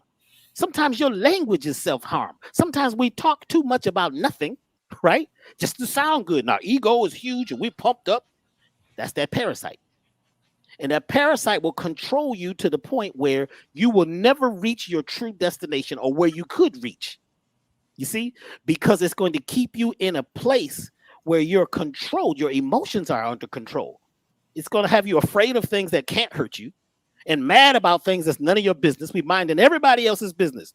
I don't know nothing about. I don't even know where your crane is at. I ain't never been there. I don't know. Should I focus on that? The president, I don't know if there's a president or not. To be honest, I ain't met the man. I don't have a referent. I only have references, And a reference is not the actual thing. Once we detoxify, and that's what our classes that we teach at elevationtime.com, we're teaching folks how to get control of yourself one step at a time. To detoxify the parasites, the systemic ones. You're not going to use your regular herbs and things, because you're going to need to use essential oils, flower essences, crystal elixirs, sound vibrations. And then I want to hit on this really quickly because I know time seems to be drifting, but it's not. Do you know what is affecting us even more than the food? What? Music. The music we're listening to. All tuned to some frequency that Hitler used to use to get the people in a slumber, to get them in a state of chaos, using the central A frequency on the piano, the note A 440. When you drop music into the octaves of the earth, like one of those is 432, you move that A down, 1.8%. It vibrates with a natural flow with the earth vibration. You feel it first and hear it second. It's not chaotic. The music that we're listening to has been controlled and tuned, because when Hitler would come on stage, they would turn this chaotic frequency off and the people would feel good. And when he left the stage, they turned this frequency on. They had it cities and towns. They'd be putting out this 440 hertz, which caused people to feel pain. If you're sad, you're depressed, it's just cloudy out. The sun is out, but it looks cloudy to you. The next thing is hip hop. I was at one point a hip hop rap producer. Do you know there's an instrument that every hip hop song better have in it? It's called the 808 drum. It's a deep bass. Boom, Root boom, chakra. boom, boom, boom, boom, boom, boom. It is such a chaotic frequency. It's dominant. You don't even care about the high notes. You don't even care about the lyrics. You don't care what they're saying. They could be mumbling. As long as that vibrating thing is causing a hypnotic rhythm, it causes you to never get to the highest point, because that frequency is changing your natural rhythm. It changes the way the cerebral spinal fluid travels up and down your spine. It changes your heartbeat. It changes the way your thyroid sends messages, and your hypothalamus, which is controlling, it's the interface between the nervous system and the glandular system. The music, so you could be deep and eating all your raw food. Oh boy, I drink 20 gallons of water a day. I walk, I do this. Then you're going to turn that music on. And if that music is tuned to a frequency that's causing population control, which most of it is, I don't care how spiritual, how good the song is, how excited you are, you're going to get caught up, because that frequency is a chaotic frequency that you're ingesting. That's why I created this thing called medicine music. When we have this music that as soon as you put it on, you go right into the theta state. You're in meditation. You're in the place where you're actually creating something and not being controlled by what you think is your music. It's my music. And this is what Hendrix was talking about, Prince. This is what Bob Marley was talking about. And all those people, even the first Michael Jackson album is tuned to these sacred frequencies. Once you tune the music to these frequencies, you begin to ingest them. You're eating with your ears. You're eating with your eyes. You're eating. All of your senses are taking in nutrition. So just being conscious and deep, and then go turn on that music and don't realize that this music is creating creating discord in your organs. You say, well, we could live a long time, right? But you want to be healthy as possible, and music is one of the things we should look at. Indeed. I want to get to two more questions before we get out of here. I know these gentlemen got a lot of things going on. This question right here is interesting, because this is a metaphysical panel, but this is a question that the majority of the melanated community are concerned with, whether it's a distraction or not. This is something that consumes us based on our experience here in America, and that is, what's going to stop white supremacy? That's the criticism of hold on. Yeah, I like that. Rod, hold on. Since you said that, Rod, let me start with you. A criticism the metaphysical community get is, how y'all gonna stop white supremacy? How y'all gonna do that with all this pseudo science and this and that? So talk. Go ahead, Rod. I'll let you start that. Look, we shouldn't be fighting white supremacy in 2022, but since we not gonna. My son not gonna fight that shit. All it is a military strategy to oppress people and to disrupt the thinking. The same stuff that Dr. B was just talking about, that victim syndrome shit, all of that is part of the doctrine of white supremacy. The doctrine of white supremacy is a Roman construct that Alexander sacked India to get the caste rolls of government, so they can learn how to introduce an artificial caste system based on skin color. And the motherfuckers who created it and running it look just like us, but they ain't us. That's how we gonna stop it. Metaphysically, tell the truth, shame the devil. Drag them motherfuckers out, tell them who they is, where they came from. What they doing? Babylonian blood magic, Babylonian money magic, Babylonian sex magic, using the metaphysics against the people instead of using the metaphysics properly to balance the frequencies of the planet. So when we face with something called white supremacy, I immediately get pissed off because we I shouldn't be see. still I dealing with see. that. I see. I see, brother. Yeah, that shit bother you. Oh Look, man. even the people who was benefiting from the skin-based racist system is tired of that shit.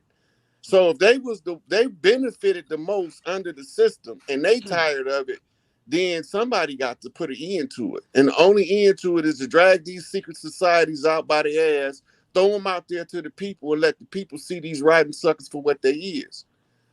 It's a social construct based on controlling people and keeping people chasing artificial dreams while they live high on the hog, telling us to wait for some motherfucker to surf off a cloud. He ain't coming. If you're waiting on him to come on the cloud with some long stringy hair, he ain't coming. He ain't never been coming. They made it up in order to control us. Do what Dr. B said and can get the parasites out your mind. And worst parasite we face with now is the religious parasite. God intoxication on an artificial construct. Mm. Damn. Get it out your head. This how you end white supremacy. You face that shit. Everybody else ran from it and marched on it. Mm. I'm kicking them in the balls. Yes, sir. My son not finna fight that shit when he get grown. So we gonna either have to bump straight or get off the planet. There ain't no other option. And you can bring the metaphysics, the quantum physics. You can bring the simple physics. You can bring the algebra, the geometry, the trigonometry. You can bring the history. It don't matter what you bring. It's all pointing to the same direction. It has to end. It has to end. It can't continue on giving up. Look, they got these people talking about reparations. And reparations is equivalent to owing somebody $1 trillion and you offer them $5. Mm. Mm. That's not that. Reparations is an artificial construct used to dissuade the people from the land from ever realizing who they is, because we always fighting for something that ain't got nothing to do with us. A psychological egregore created to step on us. An egregore is a thought form. The thought form takes hold like a parasite in the brain. What you call it, Doctor? A plasma what? Toxoplasma. Toxoplasm. That's what that shit is. Get in the brain, starts to do all kind of stuff. Have people thinking everything different than what it really is. And it's all to lead you away from the path to you. Because soon as you realize who you is, white supremacy ain't going to affect you no more. But the problem is they got everybody looking external for an answer that's internal. Clean up your own heart and your own mind, and you're going to make the world around you conform to the cleanup. This is what we talking about. We'll be talking about the whole grounding and the whole purpose of this panel, right? Yeah. So here we is, elders. These my elders, right? And I'm coming up to be the elder to come after them. They got to make sure that this shit is in good hands. They got to make sure that somebody that's not going to buy none of those lies that we've been told. All of those lies are also parasites. And it's also those lies that's done to create the parasitic conjure to keep us debilitated, crippled.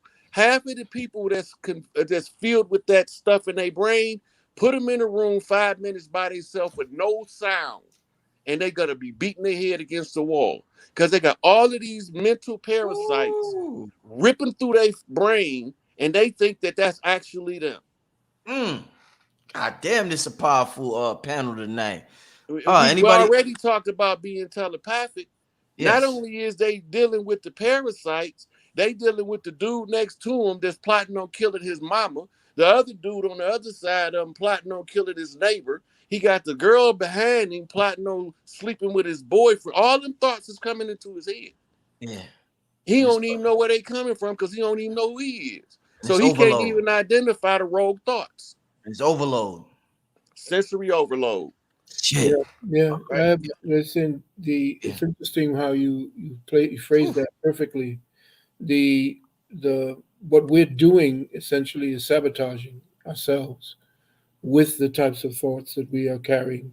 The very fact that we put white supremacy as a priority, we have agents that have our skin colors that are actually putting that as the forefront, like Black Lives Matter, and they're funded by the Khazarian mafia. When you have Bloomberg funding it and Soros funding it, and they have snatched that black identity so that even we don't realize that with the elevation of Black Lives Matter, we've still elevated white supremacy as greater than us because all Black Lives Matter did was complain. They had no solutions. The greatest solution to get rid of an evil is to put something good in its place. And as my good brother said, once you get your mind right and you clean out all of the different types of, I guess, uh, not rogue thoughts more than viral thoughts, like a virus is placed into a computer to shut it down. Mm. There are certain thoughts, the words white supremacy, as my good brother, the doctor says, once certain words trigger certain feelings and emotions, they've already got control of your thoughts. So when we begin to use certain words and say that these particular words, like white supremacy, are greater and is our greatest enemy, you have to understand how the art of war works. It works on your mind first before they move the military forward. So understand and overstand that white supremacy only exists as we give it the importance needed for it to exist. Egregore. Yes. So I say essentially get your own thing together and see white supremacy is like a pimple full of pus. It comes out on the skin once you start doing the right thing from within. Mm. People see that, see Mm. what the disease is because it hides. White Mm. supremacy has gone covert now. So you don't know what exists. You don't know it exists until you see a black man riding around in a Rolls Royce gets pulled over by a white police, and he's now going through all of the things, laying on the ground. Where'd you get this car from, and all of that? Well, once it's found out, and you sue the city and put that cop in check because he don't have a job no more, you're beating white supremacy. So what you got to do is get yourself together, get your mind right, get your spirit right, get your family to start thinking that way so that after you close your eyes and join the ancestors, that legacy of thinking, that legacy of action moves forward beyond you. Mm. I'd like to say I don't know what that statement means. Mhm. I don't. That's not in my knowledge base. Mhm. Love supremacy. Once you have a love supreme and you are connected directly to source, you're a sorcerer. See, right now you might be the sorcerer's apprentice, but once you begin to connect directly to source, Mhm. you're connected to everything. And you now can choose what you're looking at, what you're focusing on, because the thing that we have to conquer is what's in us. Once you realize, like, one of my teachers said, listen, there's 144 dimensions that they know of. That means that there's worlds upon worlds upon worlds, and everything that ever has happened and everything that will happen is happening right now, depending on the frequency and the channel and the dial that you dialed in on. Because somebody's living right now in the city. Like I remember there used to be a lady, man, she lived across the street from the gangs in LA. It was Bloods on one side of the street, Crips on the other. And she didn't never lock her door. She's sitting on the porch doing yarn. And we said, we gotta move. You gotta move out of this neighborhood. She said, look, nothing ever happened. I said, look at all the crime. She says, I don't see that. I only see love. I feed them. Them is my children. They just need somebody to talk to them. They need a little love. You see, the love supreme. Once you get that, one person vibrating at the level of 500 on the scale Huh? And when you start doing the kinesiology and muscle testing, and you get to the scale of frequencies on the consciousness map, 500 is true love. Do you know one person vibrating at the frequency of 500 affects 750,000 people on the planet? It's amazing. That means that when you become the generator and the operator and the CEO, and you become the captain of your ship, your vessel, that there's certain things you don't even want to hear and talk about. Words ain't gonna come out your mouth because you start mentioning all the problems and things that could happen, and you're gonna crash. The boat's gonna sink. It's like the Titanic. It was doomed because they kept saying it was impossible. Look at back in the day when the stock market fell. They kept saying America is sick. America is ill. It was all over the news. They kept saying that over and over, and people heard America's sick. America's ill. Then all of a sudden, what happens? Polio. 5 years later, 5 years of emitting, and omitting, right? Certain things over and over and having that hypnotic rhythm, you created. We are the creators. So some of this stuff ain't none of your business once you handle your own business. Once you learn how to cloak yourself. We're going to be talking about that on Saturday in our class. You can cloak yourself and walk, and they can't even see you. I learned this as a jazz musician. One of my first teachers was Jackie McLean, one of the greatest horn players on the planet. And he said, you're going to have to learn how to get into an idiom. Stop looking at the audience. Stop playing for the audience. You're going to have to find a space within yourself and disappear into a dark space of dark matter where she comes to get you. That's jazz. And in jazz, you're totally improvising. The improvisation must never end. But if you stay stuck and you got a broken record and it's a loop, then you will be sick of yourself and of the world. And then you forgot all about the love supreme. This is the time to get into the love supreme. And that means putting yourself first. Amazing. And getting to that place. And they not almost. I want to allow Dr. Valentine just came to make an appearance, and he has some important family business to take care of. So I want to allow him to leave first, but also leave his contact information for the people listening. But the brother, he really wasn't. He wasn't supposed to be on tonight. I invited him like an hour before the show, and the brother, he put things to the side just to give this opportunity to the people. So I want to thank this brother for coming on tonight. But go ahead, Doc. Before you leave, I know you got some important stuff to take care. Leave your contact info, Doc. I will, and thank you once again for the invitation. I had to rush here to join the dais. Indeed. And, I did put aside some things to do, but I'm very happy that I did. And amazing. It was amazing. And the telephone number to call for any further information on what we do here, consultations. If you have problems on your job and they're stopping you from being able to do certain things because they want you to do other things that you don't want to do, and you want to deal with your religion to not do it. And I've said that. I hope I've done it right. Yeah, you have. They know what you talk about, Doc. Right. Yeah, correct it. And also, I would invite people to look into Novatech as well as our university, which is starting our next semester, and of course the Juice Plus.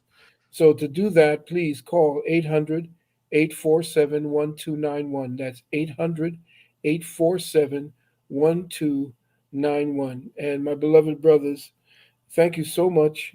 This has been scintillating. And of course, it's so good to know that other people are vibrating on the frequency that you are.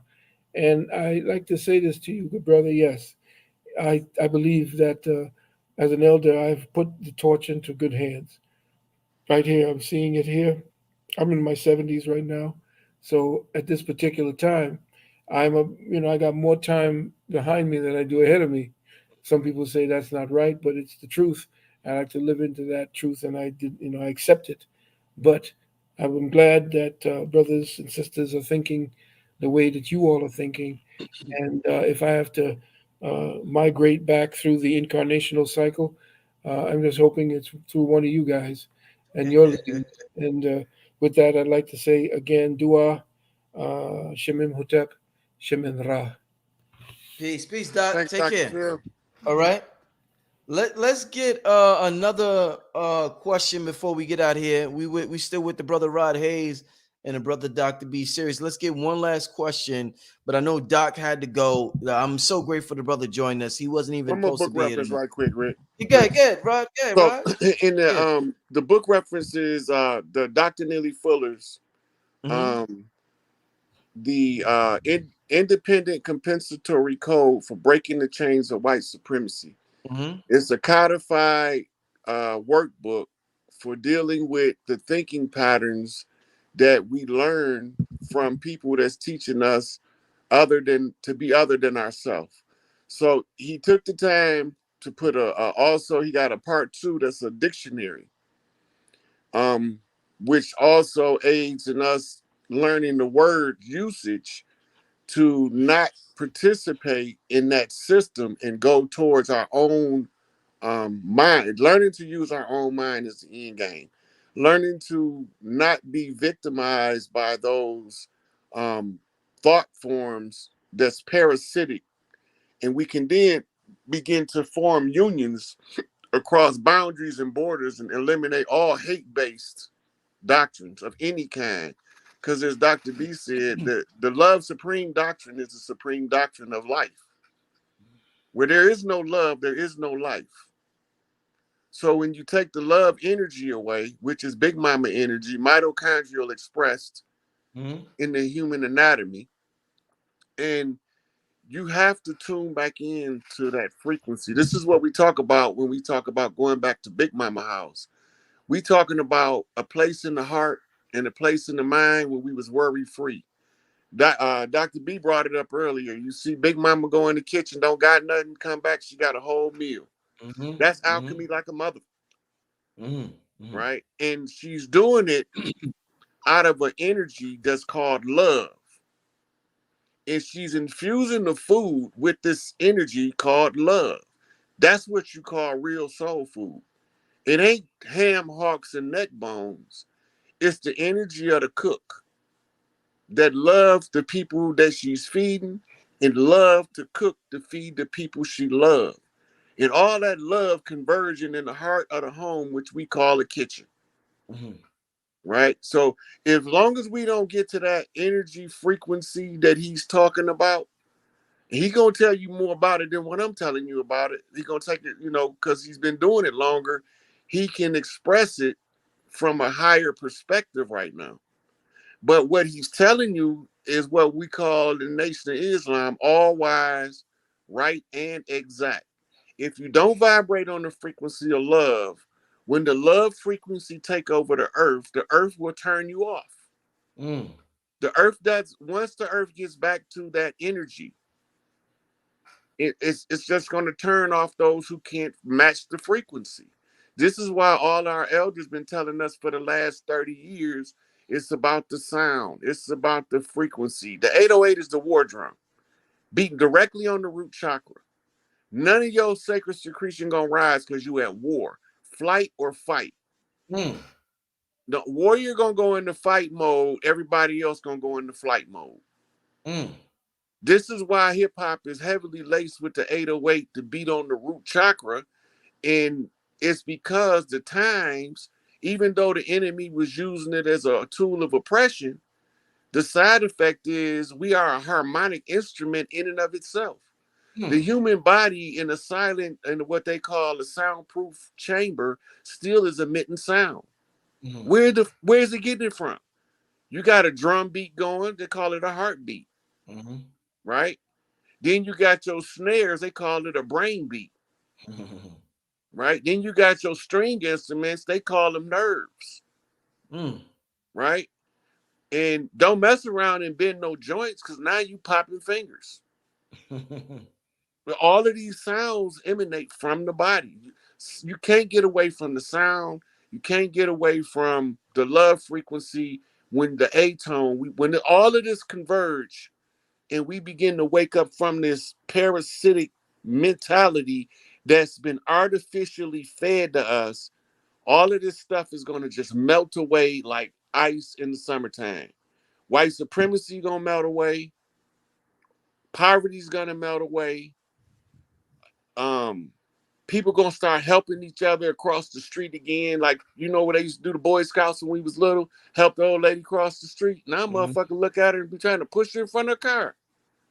That's got to change. And it's not gonna ever change until we pursue what Dr. B called love divine. They talk about it in the Circle 7, Love Divine. Noble Ali wrote about it, right?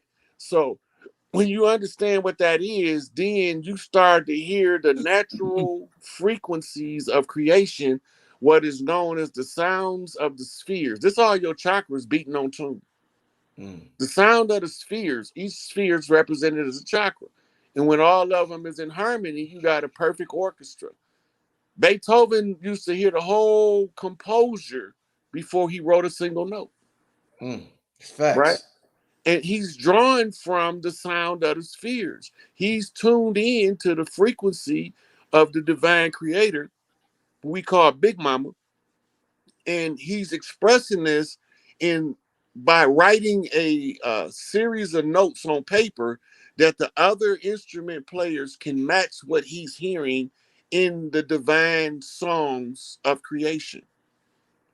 So this is why Beethoven music can affect the child's development to increase his intelligence in the uterus. They already know this has been proven by science. Right? So from there, if we want to get rid of any of this hate-based system, we have to go to a love-based system. And the greatest labor of love is to do labor for the ones you love. And that's why we here. Dr. This is an amazing time. There's never been a space that exists like now. There is a huge opportunity. The gate is open. As long as you are ready to go into the unknown. That's the place where a lot of folks are afraid to go into the unknown. And they say, they're having a problem here where we are, but they're afraid of the unknown. So I'm saying, well, if you know what's going on right now, you're not joyful and happy and healthy and wealthy here. The unknown is the only place you could go, because that's the place in that dark space where everything exists, where all possibilities are. But you have to become hollow like a bone. You have to become like you have to create the vortex. You have to become the flower of life. You have to become the toroidal transformer. You have to allow yourself to really tap in to the nowness. So one of the things that I realized in music was how, music has the power to do so many things, because everything is based on music and sound. Even all the chemicals and all the metals on the periodic table, it's all music, which is all light.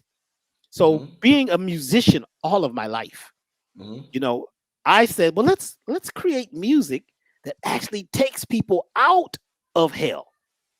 So they could create heaven on earth, because some folks is in between heaven on earth and don't realize that they're the channel between the two. You're creating it. So we put together this project and we call it medicine music. It's a term I came up with to say that music is just like any other herb or any other mineral. It has nutrition. So I've made 4 medicine music projects. And just for today, we just did this today. My business partner said, why don't you bundle them together and offer all of them, which is like 5 hours of this journey of music. You're hearing sounds that you may have never heard before. I'm using instruments from all over the world. I recorded water. From streams and rivers all over. We were laying out in the marshland, recording the crickets and the sounds at night. And, the sound changes from when the sun goes down. Then around 11, the sound begins to change. The crickets change their rhythm up, right? You got certain frogs that come out. So we're offering that, as medicine music on the website. And also, we're doing a class on Saturday. This, there's a powerful opportunity right now. It's a serious opportunity. So on Saturday, this class, I'm going to be giving folks simple steps that you can use to begin to really, truly manifest your heart's desire. But we got to get down to your heart. So we're using sound, we're using frequency, and teaching these classes that are simple. Now, it's not going to be easy to get off the train that you've been on, because you've been on a train track for a long time, riding with the family, riding with what you call your people. It takes a certain type of courage to jump off that train into the unknown. And what's going to happen is we give you simple steps. Somebody said, well, it's going to be hard because I've been this way all my life. Not if you take one step at a time. So my challenge as a teacher is to teach kinesthetically, auditorily, and visually, and get that information where you could use it. Because if it's kinesthetic, auditory, and visual, and you were going to use repetition, the subconscious changes based on the program that the conscious mind gives it. You see, your thought creates matter. Matter is not, it's not happening to you, it's happening from you, by you. You see, so we're now saying, look, it's time. We're going into the Lionsgate 8-8, or whatever date you would like to say on the Gregorian calendar, but it's when you choose. This is the time to choose to get on the love train or stay on the train that's going to hell in a handbasket. Those techniques, right, which it took years and years to pull together from the 13 teachers that I've had, from the experiences of other people, we're pulling it together and saying it's time to elevate, but elevate up high into your heart and create heaven on earth. So that's what we offer here at Elevation. We're not talking about the problems. You got enough of that. What are the solutions? What can you use today? And I guarantee you come to a Dr. B class, there's going to be something for everyone.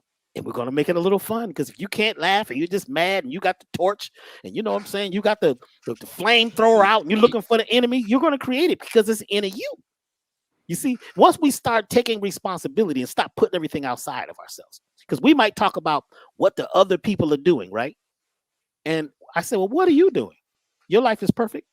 You want to blame something and listen and blah, blah, blah. I said, well you're going to cast the first stone because you're perfect? The one who, if you're perfect, right, then throw the first stone. But you can't, because we all are challenged. We are not perfect. We're not going to be perfect in this 3D world. There is no perfection. But there is this thing called love. And it's not the like-a-lot love that most people know. I love you. That's like-a-lot a lot of times. Because if I ask you, what does that mean? You might not be able to give it to me in a way where I truly understand it, overstand it, understand it. And then you got to be able to exostand. See, exostand means I can stand outside of it and be an observer. You see, and don't take it personal. It's okay, because this thing that we're going through, we created. It's an obstacle course for ninjas, right? So you got to test yourself. So we brought this drama on, and we are going to move through it. And this is our sparring partner. Our challenges are our sparring partners. Like Dick Gregory said, he says, disease, whether it's cancer, is a teacher. So we help folks, you know, we have the herbs, we have the cleansing, but we have the classes. And the Elevation Foundation, our thing is, now we're going to plant new seeds and get grounded. You got to get grounded. You got to get balanced. It's just not about walking on the soil. It's about being sound. When they say you're of sound mind and body, that means you have something to stand on. And you're going to be yourself and become that individual, indivisible person that cannot be changed. No matter what you tell me, Dr. B is going to be Dr. B. And when you become whoever you are, and be that, and put love first. Love first. Dr. B, leave your contact info for the people. You can find me at elevationtime.com. That's elevationtime.com. That's right, elevationtime.com. And if you'd like to be involved in the class that we're doing on Saturday, you know, you can go to elevationtime.com. You can either go to events or go to products, and it's called a Sirius Opportunity Part 4. There is a 4-part, you know, class. In fact, there's many classes. I've got this class called the, you know, Total Life Transformation System 1. It's a 9-hour course. Everybody that took it, their whole life changed, because it wasn't just what I was saying. It was the musical sounds that I'm playing in the background, the symbols that I'm showing, because symbols take you all the way back to your original self. Smells, sounds, certain things. So we're offering all those things. So, and those of you who have donated to the website and, You know, I know that, you know, you Brother Rich's people have crashed the website several times. People call, so where's my product? Well, the site, y'all crashed it. So I would like to thank you, Brother Rich, for this vortex that you're creating. This is a well where you can drink of the water. But since you're at the magic wishing well and your stuff begins to happen, never get in your mind that this could be the devil. The minute you have that doubt and that fear in your mind, the devil, the devil, the sickness in you will come and eat you alive. Be not touched. Be in a place where no matter what's happening out there, it doesn't affect you. You stay focused on your goal, like those trees outside. They're going to expand and grow no matter what. The squirrels going to get them nuts. They don't care what's going. Could be an accident. Could be the president's talking crazy. Guess what? Go look at them squirrels. Go look at the bees. They're doing their thing no matter what. So this is a beautiful time. It's a great time. It's an opportune time. But you must become phenomenal. Phenomena. Be a phenomena. Do the impossible. Make it possible. You are love, peace, and harmony if you say so. Your word crystallizes into space and becomes matter. Thank you. Yes, sir. You know, one of my teachers told me in Malachi, said that if a leader is going to implement a solution, the solution that's workable anywhere must be workable everywhere. Because if the solution not workable everywhere, it's not practical anywhere. You can't have a solution that only help one kind of people. The solution got to be able to help people across all spectrums of life.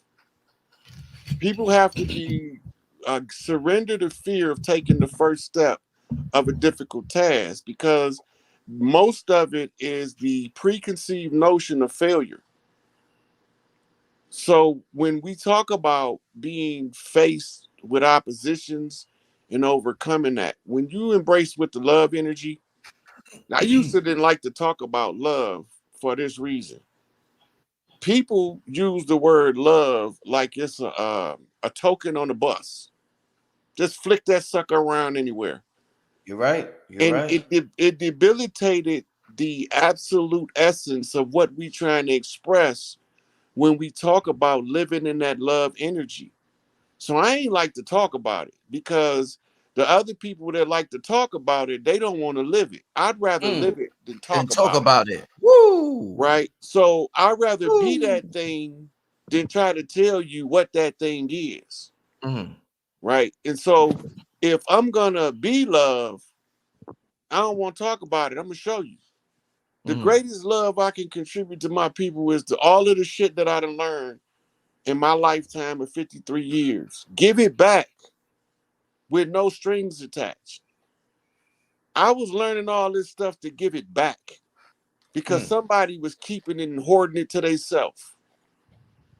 So because my mama said, you the most unselfish mother I ever seen. I don't know why you like that, but you just like that. I got to give it back. One of the elders wrote a book. They stole it. You must return it. Right? What did they steal from us in essence? They stole our understanding and our ability to live in that energy where we love each other, we care about each other, and support each other. I want my students to do greater than me. But guess what? Even if they do greater than me, that's just going to make me greater than who I am. Because their greatness is a testimony of my contribution to their life. Right? So if I can contribute to them, be developing a self-love, and then want to give back because it's just the right thing to do, and I don't have to do it, but it's just the right thing to do, and I love who I am, and I love doing what I do. I don't like social media, but I love my people. The love for my people is so much stronger than social media. I've been beating this motherfucker for 3 years trying to tell them, hey, this is the exit right here. Right? I done been ridiculed, talked about, called crazy, said I was losing my mind, and all the time I just been telling the truth and they didn't like it. Right? So what me and Dr. B both expressing from two different angles is if you don't get in that love frequency, then you destined to create a self-failure reality. It's nobody to blame but yourself because you think you better than somebody else or they not as good as you or whatever that shit is that they do now. That's not practical. Ain't nobody better than nobody else. My mama said you ain't better than nobody, but ain't nobody showing the fuck ain't better than you. I live by that. So all of the stuff that I'm learning, I've been teaching people in secret my whole life, right? Because I just wanted to help. But my life script as a child was, can I help? I had to figure out how to marry my life script to the people in my life so that we don't have conflict. My son's life script is, I can do it. So I had to talk to my son using both of our life scripts so he'll let me teach him how to do it right. So I say, let dad help you by teaching you how to do it right. And then you'll be able to do it yourself. You say, okay, dad. But if I just try to show him how to do something, it won't work. Because he think he can do it already. Right? So my love for my son, I got to figure out a communication network. Right? And we click. Right? It's anybody in my life, that's my goal. My goal is I ain't trying to be bigger than nobody. I'm trying to help everybody be bigger than me. Right? The more people I help be bigger than me, the better I help myself to become, because I have to swallow pride. That's in the way. I had to murder ego. That's in the way. We talking about fighting demons. We talking about going to that dark place Dr. B mentioned. We talking about getting to the primal. In the mind, you are going back to the original creation when you go into the darkness of the self. So you go back to the beginning in order to rewrite the motherfucking future. Right? So yesterday we already burnt that out. We burnt that down already. We can't go back to that house. The only house that's available to us is at this crossroads we at. It's the house of hate and the house of love. And I'm not going back to the house of hate because I've been there before. Did 16 years in the basement. Right? So the house of hate doesn't serve the greatest good of none of the people. Not even the least of them.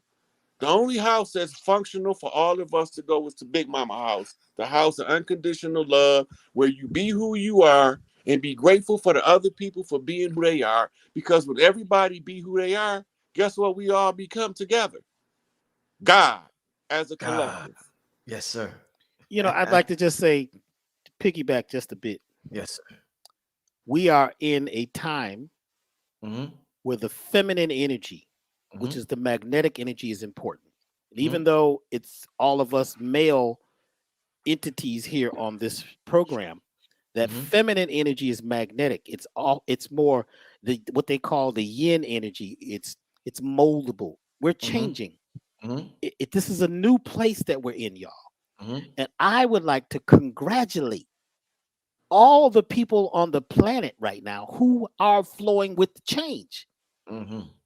It's not the same story. We can't even use the same language anymore because it doesn't work. It don't work. So, we got to change our language, change our walk, change our groove. And like when I was talking about music, I'm saying it's not a problem with hip hop. I'm saying that you got to have courage to be able to step out of the same rhythm and the same loop that everybody's using and trying to just do what you can do to make money. You got to do it because it's art. You see, arms and heart is art. Where you're being totally creative and improvising in the moment, because where we're at has never happened. So some of the things that we're saying that we could use, we may not be able to unless you are ready to be an architect of the new world. So I would like to thank all of you who are beginning to eat right, eat better, think better, healing yourselves. All of you folks out there who are working with herbs and people who work with the metals and the minerals and the soil. There's so many farms and gardens and good food and good ideas out there. We have to celebrate that, because until we celebrate by vibrating ourselves, we're not going to get more.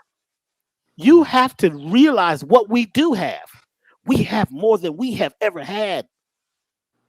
We got this internet. We got this. This show wouldn't even be possible so many years ago. It would be impossible. You got to get on the radio, get that radio voice. Oh, here we are on KX9 and such and such. We've got Brother Rich on. And he got to have that voice and go to college and get a degree and, you know what I'm saying, learn how to communicate. You get a degree in communications. And the funny thing about communications is that the illusion that we have actually done something with our communication. That's the illusion of communication. But let's celebrate the love that we do have right now and the beauty. Even the warriors, when you're a real warrior, you're a lover. You're just not out fighting with a sword.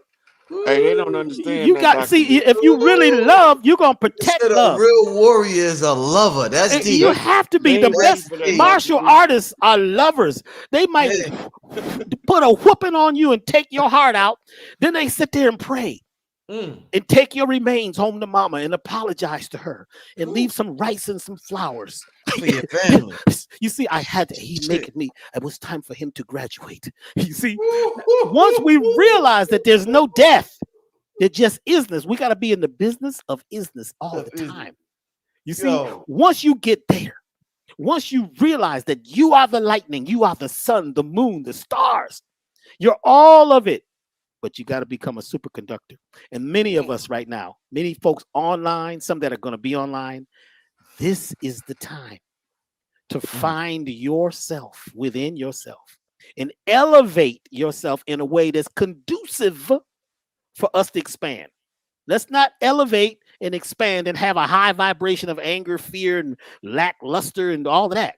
That's there. Everything is tied to its opposite. But I just would like to celebrate all the ones and all the twos and the families that are coming together right now. And you may not see them in the mainstream. They may not be out talking because, you talk too much and something starts happening. Black helicopters or, ones you can't even see. You know what I'm saying? So this is a beautiful time. Just know it. It's a great time. But there is some challenges ahead and things that we must do. I would like to thank you, Brother Rich, for having me, in this forum, and Brother Rod, it's good to see you, and actually, connect with you. You know what I'm saying? It's a beautiful thing, and much love to y'all, and to everybody, and that feminine essence. That is where it's at, y'all. We'll have to talk about that at another time because we men, right? We're males. You have to have that too. Even the warriors got to go home and get in the bath sometime and be taken care of. You can be out fighting.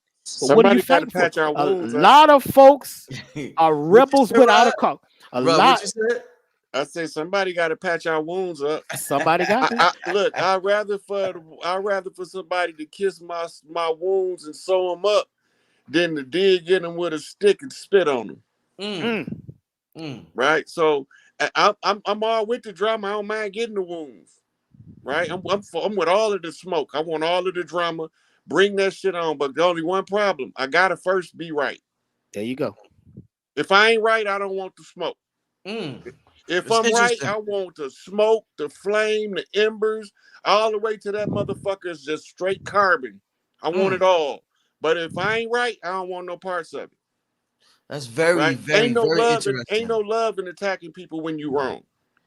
But once you realize that if you're going to be a rebel, you need to be a rebel with a cause, a real cause that's going to make a difference when you get to your destination. Because some people, they were fighting and they got there, and okay, now what?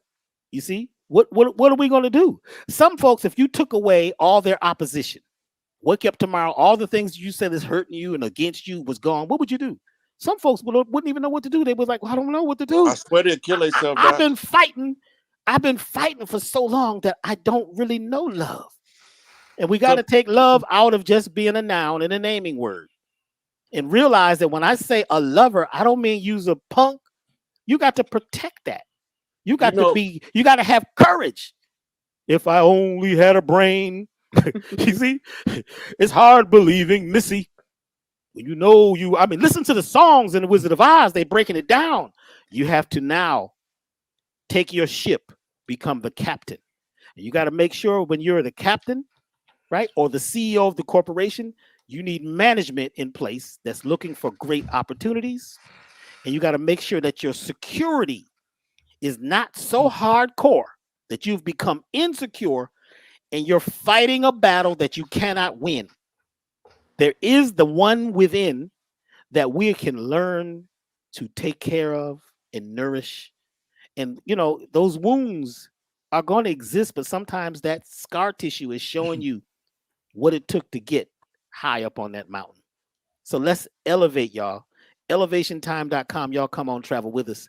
Thank you very much. Hey, this is wonderful. Dr. B, I want to get a chance to have another session with you. I love this. Appreciated the brother Rich for putting this together. Love Dr. Valentine. He told y'all what it is. So the elders that spoke, and it was a time where men couldn't talk in the public like we doing about love in a manner that didn't have some form of aggression attached to it. Interesting. Now we can talk about love from the place of love in front of the people, and it don't have nothing to do with no aggression. It's love for the sake of love. That's the difference in that forced artificial concept that they gave us in Hollywood movies. Right? Real love don't say I'm only gonna love you because if you 6 feet tall. That ain't love. That's chick conditions. Ain't no conditions on love for real. You love because that's part of who and what you are. You don't love because somebody bought you a hamburger. You be appreciative, you show gratitude, but that doesn't in and of itself indicate love, because it could be a form of manipulation. But when somebody is coming from the heart, because that's who they is, you reciprocate that energy. Gratitude is the greatest magnifier. It's the you into the music, doc. So the amp on the speaker and turn the love on. Gratitude is the amp that intensifies and increases the love. Right? And when a man sync with a woman, he's working his equalizer to balance out the frequencies on the love channel to hit the right pitch to get the perfect sound. Right? And yo motherfuckers is too much, man. Yo motherfuckers. Said, Yo motherfuckers is when too the right much, one man. come, he gonna give you the right pitch, and he gonna tell you the right sound, and you will respond. He was talking about the A-tone, Million Man March reference. Go back, check it out. So we talking about the frequency that's the right tone. Yes. Love is the only thing that everybody can enjoy the same without guilt. But to do that, you have to atone. The atone, you have to atone. You've got to look at yourself and see the things that you have done. And now you've got to look at that, sweep it all up and put it away. You might bury it. There's another kind of grounding. Going outside. We used to take folks in the woods and we say, well, one of the greatest things you can do is give Mother Earth what comes from you, your waste. And they said, yeah. I said, go stoop down and take a good one right there on the ground under some leaves. You know what I'm saying? Nobody worried. Bambi ain't trying to see you naked. You know what I'm saying? Natural fertilizer. And that's what she wants. You talking about why the soil is not fertile? Because all your stuff is flushing down some toilet and then they taking it out there and it's choking the whales. You know what I'm saying? Yeah. So where your stuff is going to what? Where is it going? It's not going back to the earth, but everything else is letting the earth take those nutrients and change them through alchemy. And let the mycelium network, the mushrooms, right, convert those minerals, right, into things that the plants can use. We have to become holistic with a W again and put that wellness back into it. And that's living in a balanced place. So another kind of grounding is going out in the woods or somewhere, right? Pull your little pants on down and do your thing right there. Yeah, and give that back. I swear I was going to ask that earlier, but I said, nah, go ahead. Say what you're going to say. I was about to ask this. Go ahead. First of all, to do that, you're going to change your center of gravity. And this energy begins to move up down your spine because, the energy is moving up through your vortex, right through your center. As you release what you call waste, right? That is food. Your waste is somebody else's food. Like your junk is somebody else's, this is like diamonds and gold and this imperial, you got some old furniture. This is something that somebody fix up. Say this is the bomb. But when you give back to the great mother, the feminine essence, that essence from you, it changes you. You could do it one time. And you say, what? Something's different. You just gave her what she's asking for. You see, so by taking a dump in the woods. Hey, man, we disrespect. We have learned how to disrespect ourselves, the great mother, the universe, the omniverse, the cosmos, the universal field. We've been taught to disrespect it. Now we can begin to respect it by becoming perspectives, right? Begin to see a little different. See, what we need is we need to have new eyes, new ears to hear with. We have to change that, but we got to do it. You can't wait till somebody else give it to you. Talk about what they didn't give you. Well, they don't give us. They keep giving us this stuff. Who? You went and purchased it. You pulled out your money. They asked you when you got to the counter, you sure you got everything you want? Or whatever they say. You pull out your money and pay for some trash. I mean, well, that's your business. So we got to be responsible. And don't say they don't have this. We living in a food desert. I was in the hood one time and they said, man, it's a food desert. Ain't no food here. I said, I guarantee there's food here. We walked up and down the blocks. It was so much food. It was ridiculous. But they said, man, you going to pick them apples right off that tree? They ain't clean. I said, you think what you got from the store that's got bowling alley wax on it, that's they got makeup people that went down there, you think that's better? And you got a watermelon that you can get at Christmas time that came from 5,000 miles away with no seeds? And you're going to tell me that if I pick something off a tree, or if I grab a root or something that's growing, there's so much food growing in your neighborhood right here, but you don't consider it food because your programming, right, is artificial intelligence. I wouldn't eat that. That Dr. B, you going to eat that? Don't eat that. I go out and the bees land on me, right? They say, you better kill them bees. What? I'm Dr. B. I'm connected to the bees. I put my hand in the hive where there's thousands of bees. Hey, man. You gotta be, it's to be or not to be. It's time to be the being. And the being is being in the business of right now. Not yesterday, not yesteryear, to now. Are you ready? And I know you're ready because I can feel the vibration. This is your time. You got to take it. You got to select it. Vote for yourself. Take your voltage and select yourself for president, governor, whatever it is that you desire. Everything. Become it. Hey, Rod. That's how you do that black magic, Brother Rich. That's black magic. Rod, leave your contact info, man. This is Woo! This is overload today. Y'all done got me worked up. I got to go. Y'all catch me on Facebook at Rod Hayes, and on Instagram, I'm on Morpheus Mysticus Magus. They closed my other Rod Hayes page down on Instagram. But that's how y'all can get in touch with me unless y'all catch me on one of these YouTube platforms. I'll be doing a show with Young Elder coming up. I think probably the next couple days. So y'all be able to catch me on your Young Elder. But Rich, the term for what Dr. B said that I like to use, I've been saying it for years.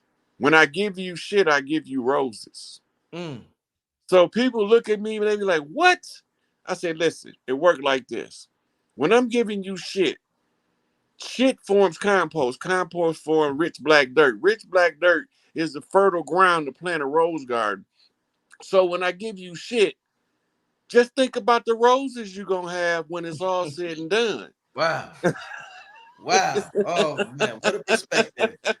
That's all in the alchemy, man. That's all in the understanding that if I give you a hard time, it's all in the love. And at the end of the day, you still going to win.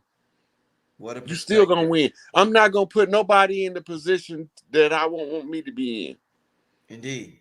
Right? And when people try to force me into a position they don't want me in, I just don't participate.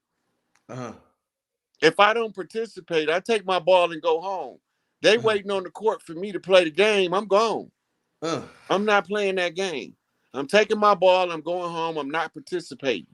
But if anybody for the uplifting the fallen humanity, raising the matriarchs, protecting the children, freeing the political prisoners, and changing the current paradigm from a hate-based system to a love-based system, I'm all with it. Come on, bring it on if you want to play. Let's get happy around it. Let's start having Mardi Gras from coast to coast like we used to do before the imposters came.